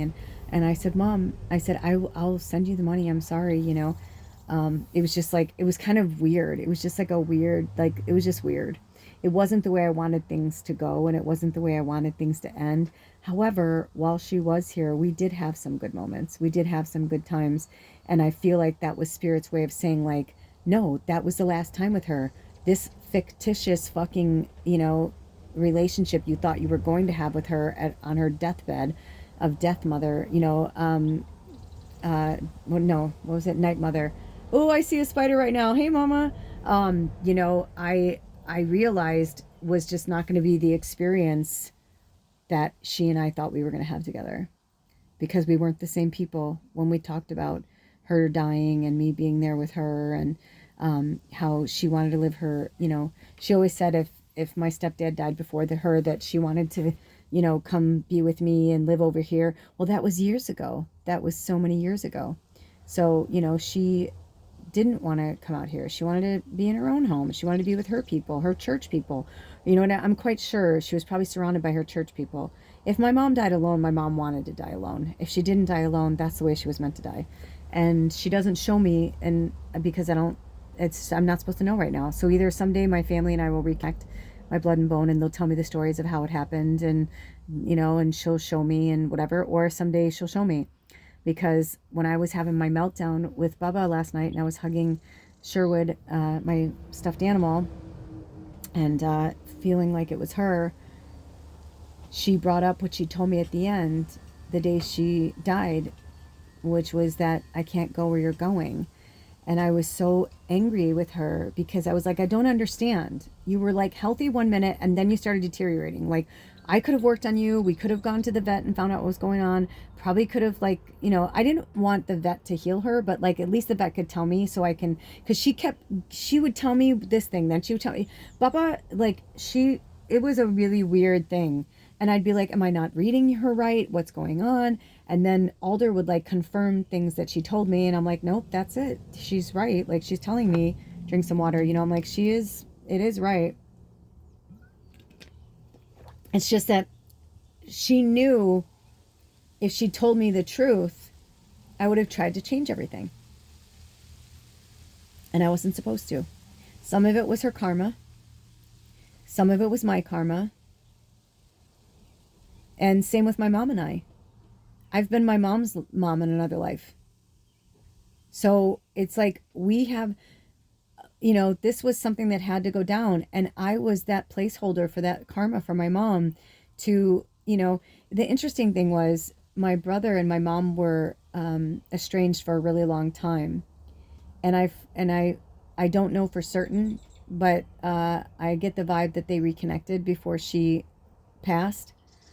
And so if that's the case, then I'm so happy for her and for him, because I think they needed that closure. But I feel like my mom and I were just in this repetitive pattern of closure that wasn't really closing. You know what I'm saying? And so when my stepdad died and my mom called to tell me, we were on the phone for 6 hours, and she told me all of these things, and we had all of these like conversations. And I was trying to explain to her in that conversation that I wasn't going to have any false relationship with her anymore. And so every time I tried to get off the phone, my mom would, something else would come up. And at one point, it's like, I know she knew what I meant when I was saying things like, you can't prolong it, Mom. I have to go. And I said, you know, we may connect again. I don't know. I'm like, but I need to do this for me. And I need to, and I'm like, and you need to do this for you. And you need to figure out like who you are without him, you know, because she went from my grandparents' house to my dad to, you know, dating and kind of being single, but still kind of dating, but being a single parent and working to being, you know, to my stepdad. You know, and then she was with my dad for 18 years. She was with my stepdad for like 30 years or something, you know, or more. I don't remember. But a long time. A long time. They were together a really long time, her and my stepdad. So, you know, it's like she was with my stepdad more than my father. And I remember thinking at one point, wow, you've been together with dad too than with dad. And she was like, yeah, isn't that interesting? I'm like, yeah, you know, so I was excited for her to have some time alone without him, without me, without, you know, just like really like sinking into who she wanted to be or who she was meant to be. It's not my fucking path. It's not my purpose. Maybe she was supposed to be the fucking, you know, poster girl for Southern Baptist Christian women. I don't know. But my mom didn't have a lot of friendships or relationships with people the way that she wanted to throughout her life. And she had close-knit relationships with her sisters and with me and my sister, but she didn't really have like a lot of like friends, you know, especially because my father was so abusive and she didn't want to bring friends over. She was fearful of that. Like she lived in fear of like when my dad was going to come home, what shape he was going to come home in, you know, was he going to be in a good mood, a bad mood? Was he going to be violent? Was he, you know, so she just, you know, we weren't allowed to have birthday parties anymore or things like that, you know, at the house because my mom was just like, no. So I'm so glad. I'm a very big energy and entity, and so is my mom. Actually, all of the people in my family, we all have our own, you know, individuality like that, our own, you know, stamp on the world. So that's why I need to pull myself away from my family so they can all figure out who they were individually. And even now with my mom being gone, you know, like I was pulled to get in touch with, you know, the lawyer on my mom's case and stuff. And um, they sent me all this paperwork to sign, and I went to sign it and go get it notarized. And my mom was like, no. And I was like, okay, cool. Like, I'm like, what do you want me to do? Like, I'm confused because my mom and my stepdad came to me together and it was so powerful. And it happened when we were talking in a dream, and as I was waking up, I can still feel them. I can still smell them in my house when I woke up, and they were still here with me. And that's when I realized that it was like we were hugging and talking in dream state, right? Like outside of my physical body. I was astral traveling, but then when I was like coming back into my body, they were trying to show me like that was real though, not a dream, that was what and so they're like, no, we want you to be a part of this. And I was like, what do you want me to do? What are you saying? You want me to buy the house and like keep it for the family so we can like have a summer place? Like, you know, it was just like, you tell me what to do. I'm like, I don't know what you want me to do. And they they said, you know, when it's time, you'll know what to do. So it's just been very, very interesting. I know it's up for sale. Like I know certain things, but I, you know, it's like when my mom wants me to know things, she tells me things, but she hasn't been giving me much. And so Bubba did the same thing. She did the same fucking thing. And so what she showed me was when I was crying, I was like, I had to get my calculator out, and I accidentally hit the clock, and I saw her time, and she's like, you need to go through and start deleting things. Like you need to have the courage to like let things go. And I was like, no, you know what I mean? Like a little kid, right? The little kid in me comes out. I was like, no, mommy, no. Like I was like, no, Bubba, because Bubba was like, she wasn't just my cat or my familiar or my best friend. Like she was like a mother to me too, like a grandmother energy, you know. So I felt like, you know, she started going downhill, and she did kind of inject that scenario in my path that she would pass when my mom was gone, because I most likely would have gone, and I would have probably stayed, and I probably would have, you know, changed back a little bit. I might have reverted a little bit, you know what I mean? but I wasn't supposed to be there. This was like my brother and sister. That's their mom. They needed to have that relationship with their mom. Whether they had friendly relationships with my mom or not, because my brother lived next door to my mom for years too. And you know what I mean? Like my sister lived 4 blocks away. Like they had their own little world, their own little, and I kept trying, Spirit kept pulling me back and I didn't understand. Now I understand. They wanted me to stay there. They wanted me to be around, but but for certain reasons and for certain, whatever. But in the end, I wanted them to have that with her. Let me be the villain. That's okay. That's all right. My brother was the villain for a long time. In my family, there was always a villain. It was my dad for years. Then it was my brother. You know what I mean? It's like, I can go on and on. Different family members. We all play the villain and we all play the hero in somebody's story. And we're all the victim and we're all the hero. So however that needed to play out, it was none of my fucking business. They're my family. Yes, I love them dearly. I pray for a resolution between my siblings and my extended family all the time. I have great nieces and nephews I've never met, I've never seen pictures. Only one of, I think, no, I've seen three of them when they were babies. That was it. And that's because my mom sent me things. And I even had to say to my mom, stop, Mom, when I say I'm trying to like cut away from the family right now, I'm like, that means pictures. Because the thing that I couldn't explain to my blood and bone was that every time I think of them or they think of me, we're so divinely connected that we like have like a zzz, kind of like buzz. It's natural. When you have a connection with somebody, but definitely through blood and bone, it's a different kind of connection that's so different. It's so extended and the experience is so rich and just full of experiences because you're with them from inception. So, whether it's your siblings or cousins or aunts, uncles, grandparents, anything beyond your mother, even when you're an only child, you still came from something, from somewhere. I had a friend once, very witchy friend, who, she was an only child, her mother was an only child, and her father was an only child. And I said, that's so crazy. I said, so you don't have any cousins? She's like, no. And I said, and you have no aunts and uncles? She's like, no. And this was me coming from, my mom was the oldest of 6. My dad was in the middle of 8, 20 plus 30 cousins or whatever. I don't know how many fucking cousins I have on both sides put together. A lot. And I was like, wow. I'm like, that's like, I don't even know how to like comprehend that. I don't even know how to comprehend that, And she's like, that's what I'm trying to say to you. You can't. Just like you're telling me these things about your family, but like I can only go by what you tell me. I don't have that shared experience. And it's so powerful to hear those kind of words, shared experience. So when you're a child and you're growing up with your siblings, you have shared experiences. When I was growing up as a telepathic medium, I would hear and see and feel things that they didn't. So they would collectively say, we don't see that, we don't hear that, we don't feel that, you're crazy.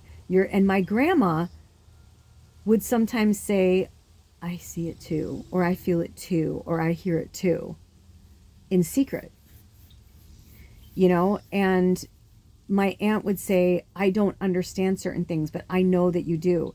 And I know my family would say things like, I know you believe it. And I'm like, yes, but like, why can't you believe that it's true though? So I'm like, you're being condescending and saying, oh, you believe that I believe it. Like, we believe you, wink, wink. You know what I mean? I'm like, no, this is actually fucking happening to me. And if you would take down your walls and if you would see beyond your structural, matrix, fucking be like us, we're all the same, blah, blah, blah. I want to dress like you. Let's buy all of our clothes at the same store. Let's make our clothes out of toxic chemicals so they'll bleed into our skin. Let's make all of our things, like now these microplastics, people are terrified of microplastics. Now it's going into this whole thing. It's like, yes, because they fucking knew. They knew. These scientists knew. Hundreds of years ago, thousands of years ago. There's chemists have been in all times. Look at Galileo.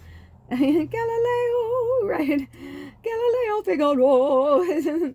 Right? It's like, it's that same kind of thinking. I mean, honestly, look at Freddie Mercury and Queen. I mean, seriously, it's like prophets. I mean, we can go on and on and on. They've been going on for lifetimes and lifetimes and lifetimes and lifetimes. And now there are more of us than them. That's why they're trying to scare us. Why do you think they're using money as power and leverage? That's why a lot of people believe that, like, all of these leaders of these big countries, these big baddies, now we have a big baddie leading our country. They're like, oh, he's not that bad. He is that bad. I don't care if he's a nice guy, but nice guys don't, blah, blah, blah. Nice guys don't, blah, blah, blah. I've been trying to order things from Amazon, and I've been getting this vibe from Spirit not to order from Amazon. And I'm like, what do you want me to do? You know what I mean? Like, do you want me to like, because you guys know I have my Amazon wish list. I don't know what channel this is going to end up on, but I have an Amazon wish list for decks, for people to send me decks. But I feel like they're trying to like get us to like stop, they're like, this is happening because we're allowing it to happen. Can I be fair and just say this? I want everyone to be who they are. I really do. I genuinely do. But what I don't find healthy is people who are completely changing everything about themselves to fit in, or to look younger, feel younger, be younger, instead of just embracing their beauty and their age. If they took good care of themselves and they, you know what I mean? Like, there's all these things. It's like, I feel like this Amazon wedding was kind of like for the world to see just all the fakery and the fuckery and the behind the scenes and the, you know what I mean? Like, I'm almost curious to hear like Sydney Sweeney, like, was she paid to be there? Does she really know them? Does she like them? Like, are they, are these really good people? And like, whatever, are they trying to show us something? Because all I see is people who are trying to augment themselves into something that I don't think is healthy for them. Now, on the flip side of that, some people are born into bodies that they don't feel comfortable in. And if they want to alter their bodies, I'm like all for it. Because they're like, now I feel like me. I understand that. I really genuinely do.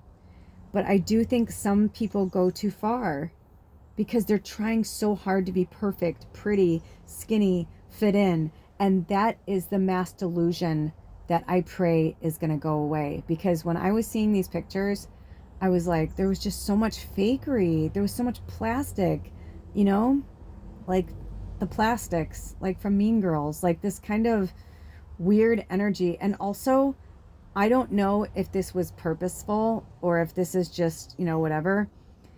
And I remember being in my 20s, and I wasn't a parent in my 20s, so whatever. But I was very sad to see like how many fucking pictures of Kylie Jenner there were, and her holding a cocktail in her hand. Unless it was juice for her kids, and I'm just completely seeing it from a different perspective, and she doesn't drink, but when I was looking at them, I was like, I started to go back, because when I started to see a pattern, I was like, it was like 4 different times. She was in different outfits and different whatever, and like, they're like, most of the pictures they got from people were them getting on and off like the gondolas or like the boats and stuff, to take them to their, because they're in Venice, right? And it's like a city on the water. So it was just kind of fascinating to me, but it made me kind of sad because I don't watch a lot of their stuff, but I went through a period of time like some years ago where I went down a Kardashian hole and portal, and watched like some of their older shows, some of their newer show. It was when the new show came out, I think. But they were talking about that.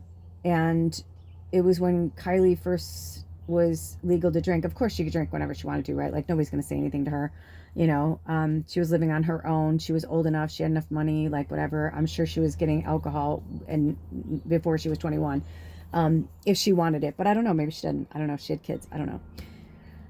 I digress. But that was a little troubling to me. No judgment, just like, I'm curious about that. Like, because are they trying to make her out to be some type of alcoholic in the media? And it was like juice for her kids because she was like one of the few people that had her kids there.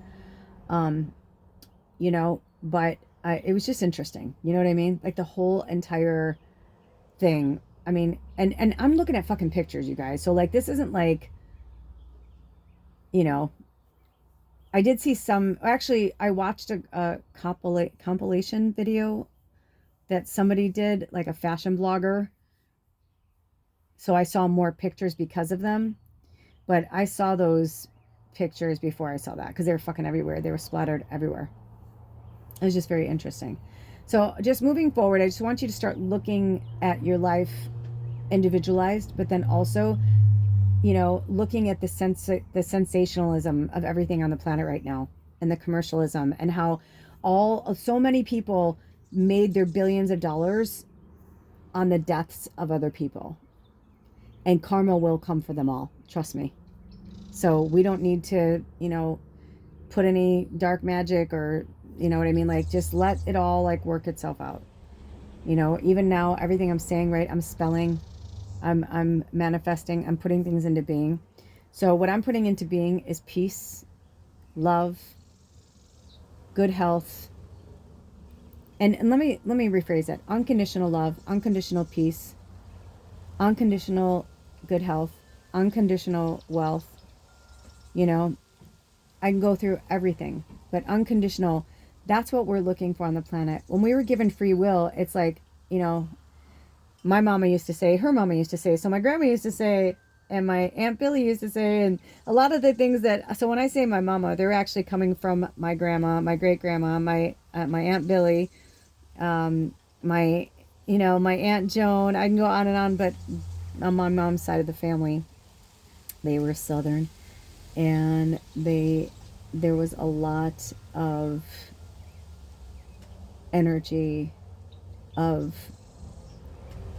taking things from the ancestors that are pearls of wisdom, and finding a way to be malleable with them in the current times. And that's the most spirit can ask from us. So I don't know if they're going to have me break this up or if it's going to be one long episode, but either way, I hope this helped you in any way. I myself am going to keep working on my patience and my love on myself, with myself and with my partner, and my relationship with Baba. And what Baba was saying to me was why she couldn't go where I was going is because I have to do this alone. We all do. We come into this world alone and we leave this world alone. You know, even if you come into this world with another person as a twin, or you die with a person in a car accident, you both die, you know what I mean? I mean, like, we live this life on our merit, on our choices, on our decisions. If we are unhappy, it's most likely because we are making life choices based on other people's decisions, on other people's happiness, on other people's comfortability level. We spoke about this yesterday in the Sacred Sunday episode. This came up a lot, that people are too, a lot of empaths especially, right, we're too concerned about how it's going to affect somebody else. I spent my entire life doing that because I didn't want to hurt anybody. I didn't want to, you know, but now I'm realizing that is what was hurting us. The silence was hurting us. The trying to keep up with the Joneses was hurting us. This falsehood. And it's not just in the United States, right? It's in all over the world. We see it from these shows like Bridgerton and Downton Abbey and all these things with royalty. In these royal families, it happens everywhere. You know, there's, I don't know which royal family it is now, but there's a royal family right now where, like, the stepson, it was a woman who married the king, and her stepson is, I don't know if he was charged, but I know he was on trial for rape, multiple rapes. And I was like, and I know this sounds mean, but like, he just had a venom. You could see it. Like when I saw his picture, I was like, oh, like, and you know what? And how I know is I saw his picture before I saw the headline. I was just like, oh, I'm like that energy around this person gave me the willies. And then when I was reading the article, I'm like, oh yeah, he fucking did it. I totally believe it. And I was like, and the worst part is, I was like, I don't know their relationship or whatever, but I was like, but he was married into that family. So he probably most likely used that energy of power and control in the monarchy. You know what I mean? To like rape women, abuse women, you know, or whomever he was. I mean, he could be gay. I don't know. I didn't keep going, but it could have been men. I don't know. But either way, you know, like, people, karma's coming. Revelations is fucking karma. wrapped up in a nice little fucking story in the Bible. That's what Revelations is. Revelations is like, oh shit, I'm having a revelation that I was a shitty person. And now all of those seeds that I planted, there comes a reaping. Right? You sowed those seeds. Ooh, I just got a pain sharp in my head. A reaping's coming. And actually, thank you, Spirit. It's already here. This is the unraveling, people. Welcome. Welcome to the unraveling, and welcome to this version. And you're going to see it in the next 6 months are going to change everything. So in this Cancer energy, in this Cancer season, and the water energy, especially this full moon coming up, woo! And the full moon is going to be a week away from the Mercury going full retrograde. So take it easy, take it slow, no matter which hemisphere you're in, whether you're in summer or winter. Take it easy, take it slow. You know, you'll get to this project, you'll get to that project, things will happen, you know. Same with me. I was like, I'm going to mow the lawn today. But today I was like, it's going to be like almost 80, which in my small home gets to be like almost 100 because it's in full sun, a big portion of, you know, the end part of the day when it's the hottest.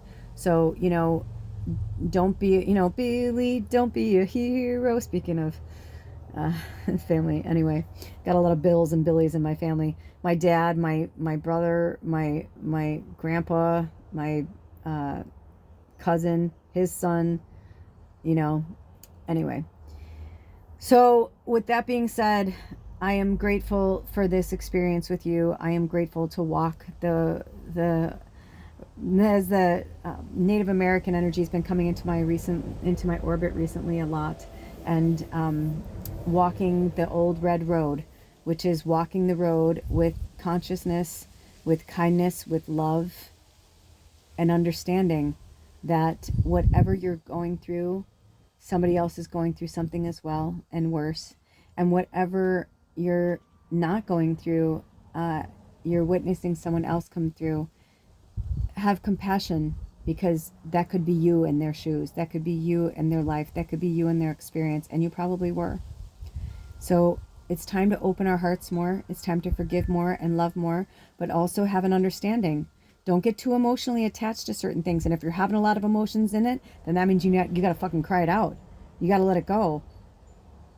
Because I went from like, like, I mean, I'm like going, why? Like, I don't get it, mama. Like, I was crying to my mom. Like, I went to this like little baby rocking back and forth, holding my teddy. You know what I mean? To like 5 minutes later, Baba, like, bam, I can't go where you're going. She meant like, I can't hold your hand anymore, babe. This is as far as I was going to take you. This is as far as our soul contract is. I had to go. This is the way it went down. You prayed over and over for me to die in my sleep. If I was going to die in my sleep, I would have. You prayed over and over for your mom to like die in her sleep. It sounds like she did. That's awesome. That was her path then. My mom kept saying it. My mom was like, you know, she didn't, even though my mom had a high tolerance for pain, she didn't like want to have pain. So I don't know what she went through. I have no idea. She won't let me see it, because I'm not ready to go there yet. But I have recorded some videos, like the day I found out my mom died, and they're really horrific. And I know they're going to have me post them at some point. I don't know how, when, where, or why, but I know they will. And because people need to have that. It's part of us. Otherwise, we internalize it, and it spins and goes into something else. And it turns into shadow, and it turns into ego, and it turns into all these other fucking addictions. You know, I put something on Lula's Labyrinth. I was like eating my apple, and I just had this fucking breakthrough about something that I have been like battling with forever. And I realized how much fucking power I was giving it. And then I realized, I'm like, I'm giving it power. I need to take my power back. And then all of a sudden it was like, it went away. And then I went from bawling my eyes out to Bubba saying, I can't go where you're going. And then she showed me, like, I have all these things that I need to do. I can't be concerned about Bubba, if she's going to be okay, where she's going to be, who's going to watch her, what's going to happen. And Alder's going through his thing too. He needs to go through what he's going through. When she said she can't go with me, she meant like, I can't be there right now. You have to do this by yourself. No one can help you. I called in Bubba. I called in Alder when it was getting rough, when I was going through my awakening, when I knew what I was going to have to do, when I was told by my shamans and my teachers that I was going to have to be the healer for the healers. I knew that. I knew that. I just didn't know when, how, or when, why. And the way that Bubba and I always work together, if we work in tandem, right? I thought there was nothing we couldn't do together because we were unlimited, Bubba and I. She was like my wicked, it's not an accident that the first movie came out the weekend that I thought Bubba was going to leave me. And then I went and saw it on, the last Friday the 13th of the year on my birthday. And my birthday wasn't going to be on Friday the 13th for another, how many years. And I spent that with Bubba and you guys, and then I spent it seeing Wicked, and then I came home and I told Bubba all about it, and I was playing the music and I was watching all these things and telling Bubba about it and showing her, we watched the videos and the clips together. She was totally watching them with me, and I was like, we'll watch the movie together when it comes out. I told Bubba, I'm like, we'll watch the movie together. But she didn't make it. And now Wicked 2 is coming out in November, and how fucking crazy. You know what I mean? She won't be there. So, and I'm crying a little bit. Because I went and saw Wicked, the musical, with my mom. And what are the odds that the year that my mom fucking dies, on August 18th, 818, which was my area code on my phone for years, it was like a little wink wink from my mom. And my stepdad died on January 18th, 118, which is the number 10, which is about completion. And my dad, my real dad, same thing. It's like my dad, when he died, my real dad died when he was 64, which is about completion, 10. Just all these things that, when they come up, they're just so powerful. We can't ignore them. I mean, we can, but they're just going to keep coming for us. And Spirit will keep showing us signs and bringing the breadcrumbs. Whether you see them or not is up to you. See beyond the third dimensional world. See beyond the pain and suffering. See beyond the hate. See beyond the jealousy. See beyond all that, because it's old. It's old programming. It's in an old world that was here to teach us how we can be, but how it's better and more healthy to live in a more balanced life. You're gonna die. I'm gonna die. We're all gonna die in these avatars. But new will be reborn somewhere else, In the words of Say Anything and John Cusack, maybe on another planet in the shape of a sponge or a pinball machine, you know what I mean? But it's whatever, oh no, the sure thing, not Say Anything. It was the sure thing. That's right. Thank you. I always get those confused. Well, I won't name more. Thank you. I don't want to use words like that. I'm really trying to change my languaging. But it takes time and it takes practice. So be gentle with yourself during this time and this change and this, these altercations that we're going to have. We're going to have them. It's going to happen. And in the words of the little boy from What About Bob, I'm going to die. You're going to die. What's the purpose? Why do we go through all this? For love. What I did for love. What I did for love. Right? It's we're doing it for love. And we're doing it for them and for those who walked and they walked before us for a reason, and they didn't suffer and they didn't go through all these things for us to fucking turn our backs on them and say, it's okay, it's okay, it's okay, it's okay. It's not okay. It's not okay to have microplastics in our body. It's not okay to, fucking shove our bodies with foreign matter to make ourselves look like, these obscure versions. Because I'm listen, if you come from planet Zoltar, I'll use it because I always say I'm a Zoltar machine, right? You come from planet Zoltar and you have these massive lips and these massive behinds and these massive whatever, and that's the way you look, and maybe that's why you're doing that. Maybe that's why. And then who am I to say, right? But I can't help but feel that so many people are mutilating themselves for the wrong reasons. And that's why I'm upset about it.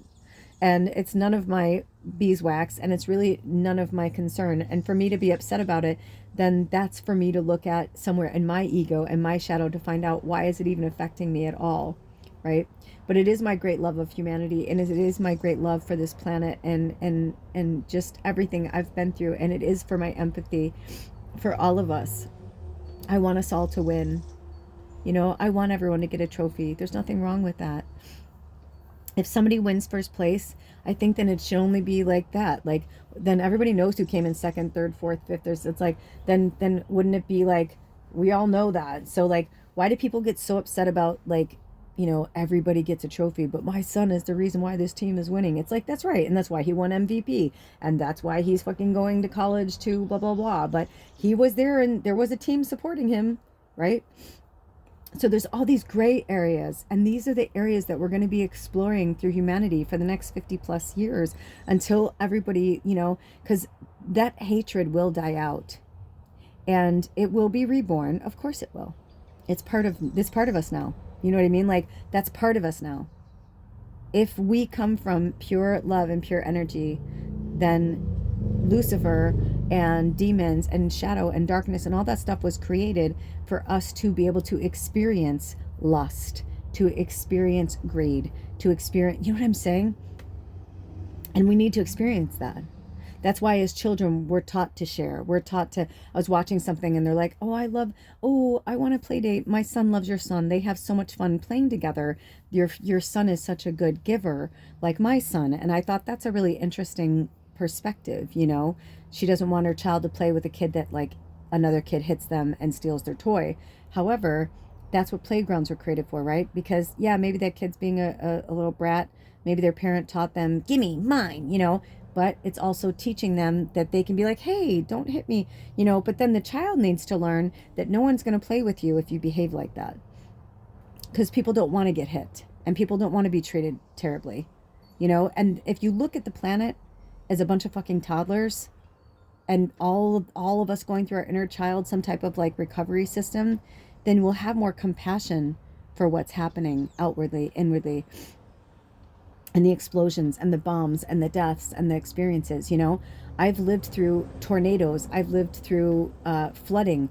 I've lived through, I mean, I was thinking about this. Actually, I just had a memory right now. When I was growing up as a child, the area that we lived in, it was all fields and great plains, and you know what I mean? But they turned them into subdivisions and suburbs, right?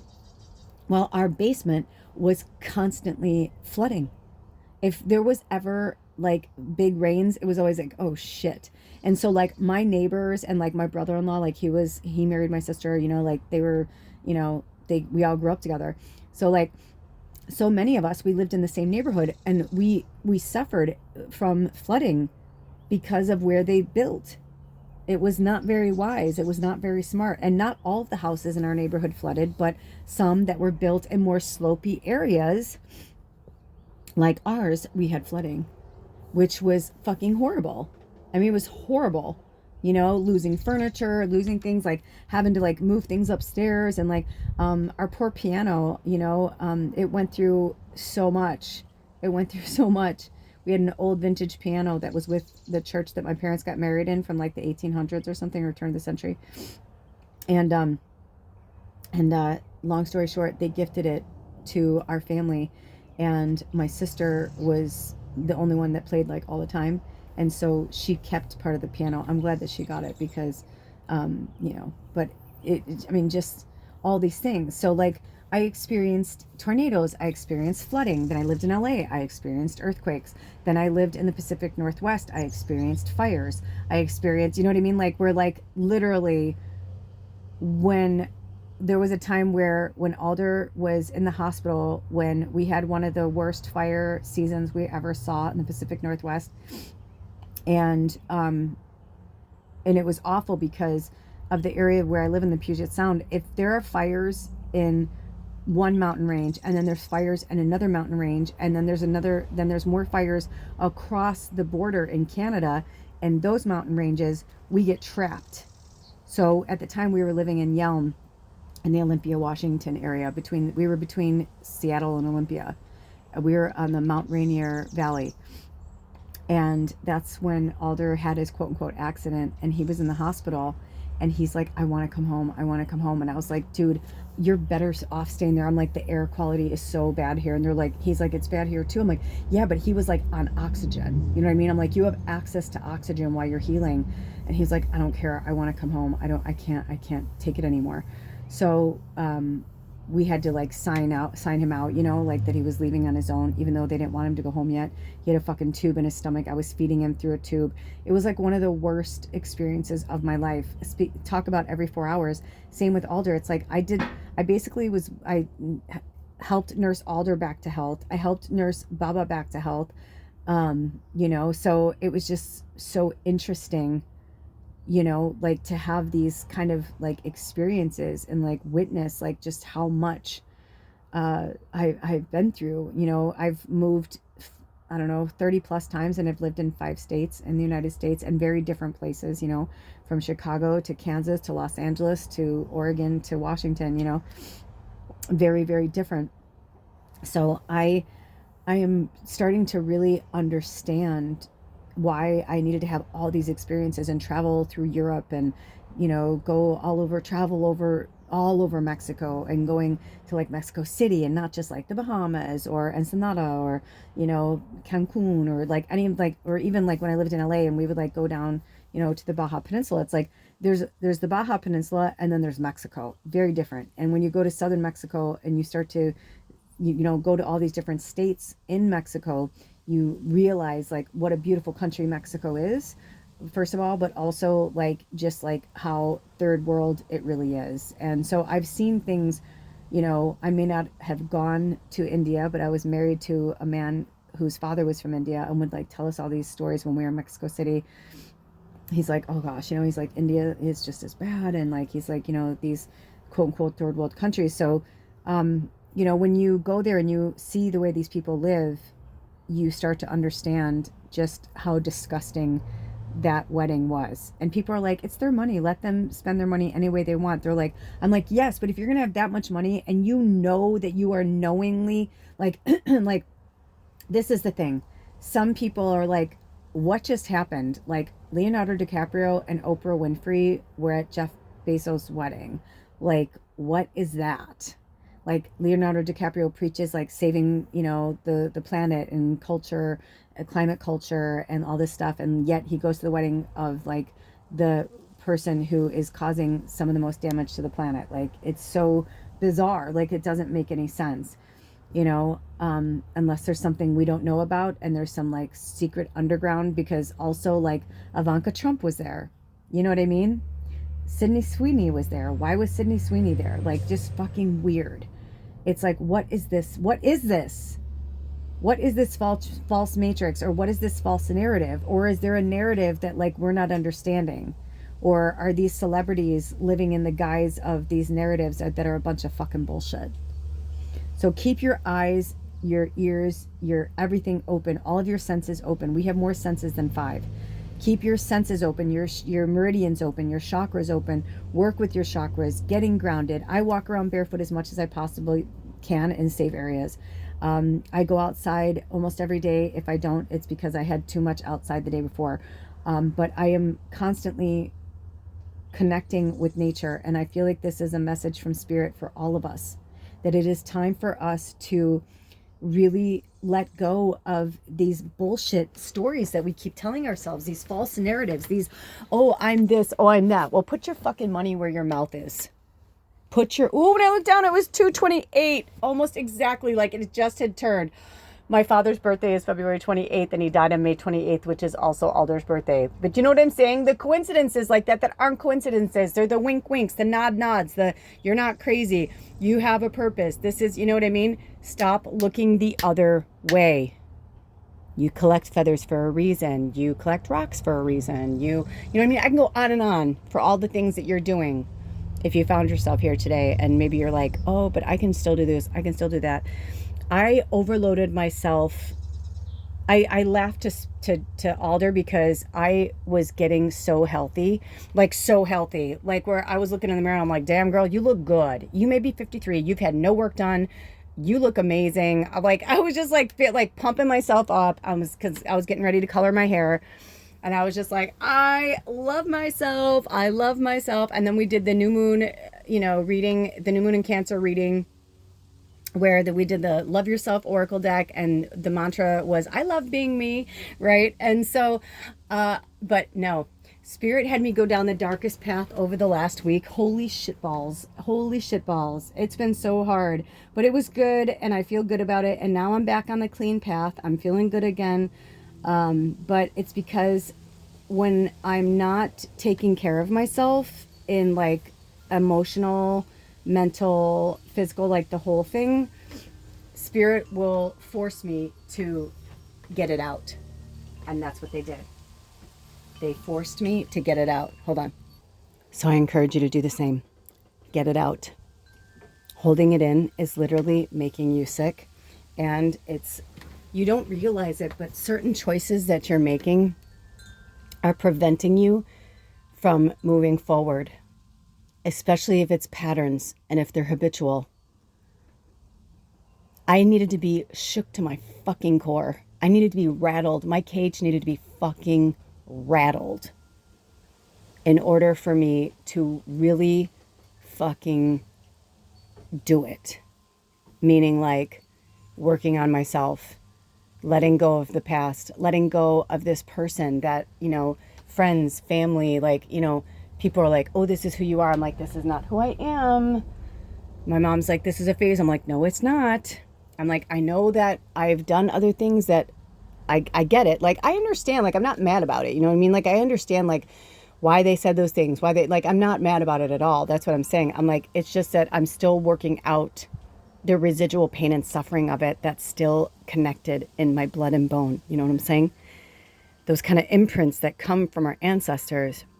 If you found yourself here, you're an ancestral, lineage breaker in terms of like the old, like stories that were told and the old like bullshit and the limitations and the, you know what I mean?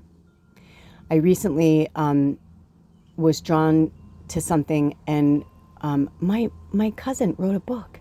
I didn't even know that. I like was like teary-eyed. I was like, way to go, boy. I was like, I don't want to say his name because I don't know. Well, actually, you know what? Maybe I should, because that would help. Okay, so I will try and find, if Spirit wants me to. I don't have where's my pendulum? Let me ask. Spirit, do you want me to put a link to his book? Okay, so I haven't even bought the book.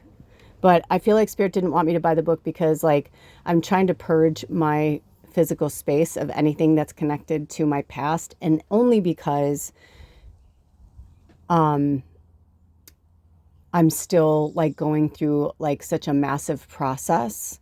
I feel like eventually it'll be, like, something that'll be on my shelf, and I'll be like, oh, my cousin wrote that, you know what I mean? But if they call me to, I'll put a link below, but he's self-published, and I don't remember what name he put it under, so I'll just put a link below. So it's under William Metzger or Bill Metzger or Billy Metzger. I'm not sure. But it's a magical story. I started to like order it because I was so excited to support him. And Spirit was like, no. And I'm like, oh. And I started to read like the thing about it, and they're just like, leave it be. And I was like, oh, because I was just like, that's so awesome. So please feel free to share the link as well to like help boost his sales. That would be really awesome if you guys, are interested in, but I think it's loosely based on his experience. He's always been really magical, my cousin, when he was little.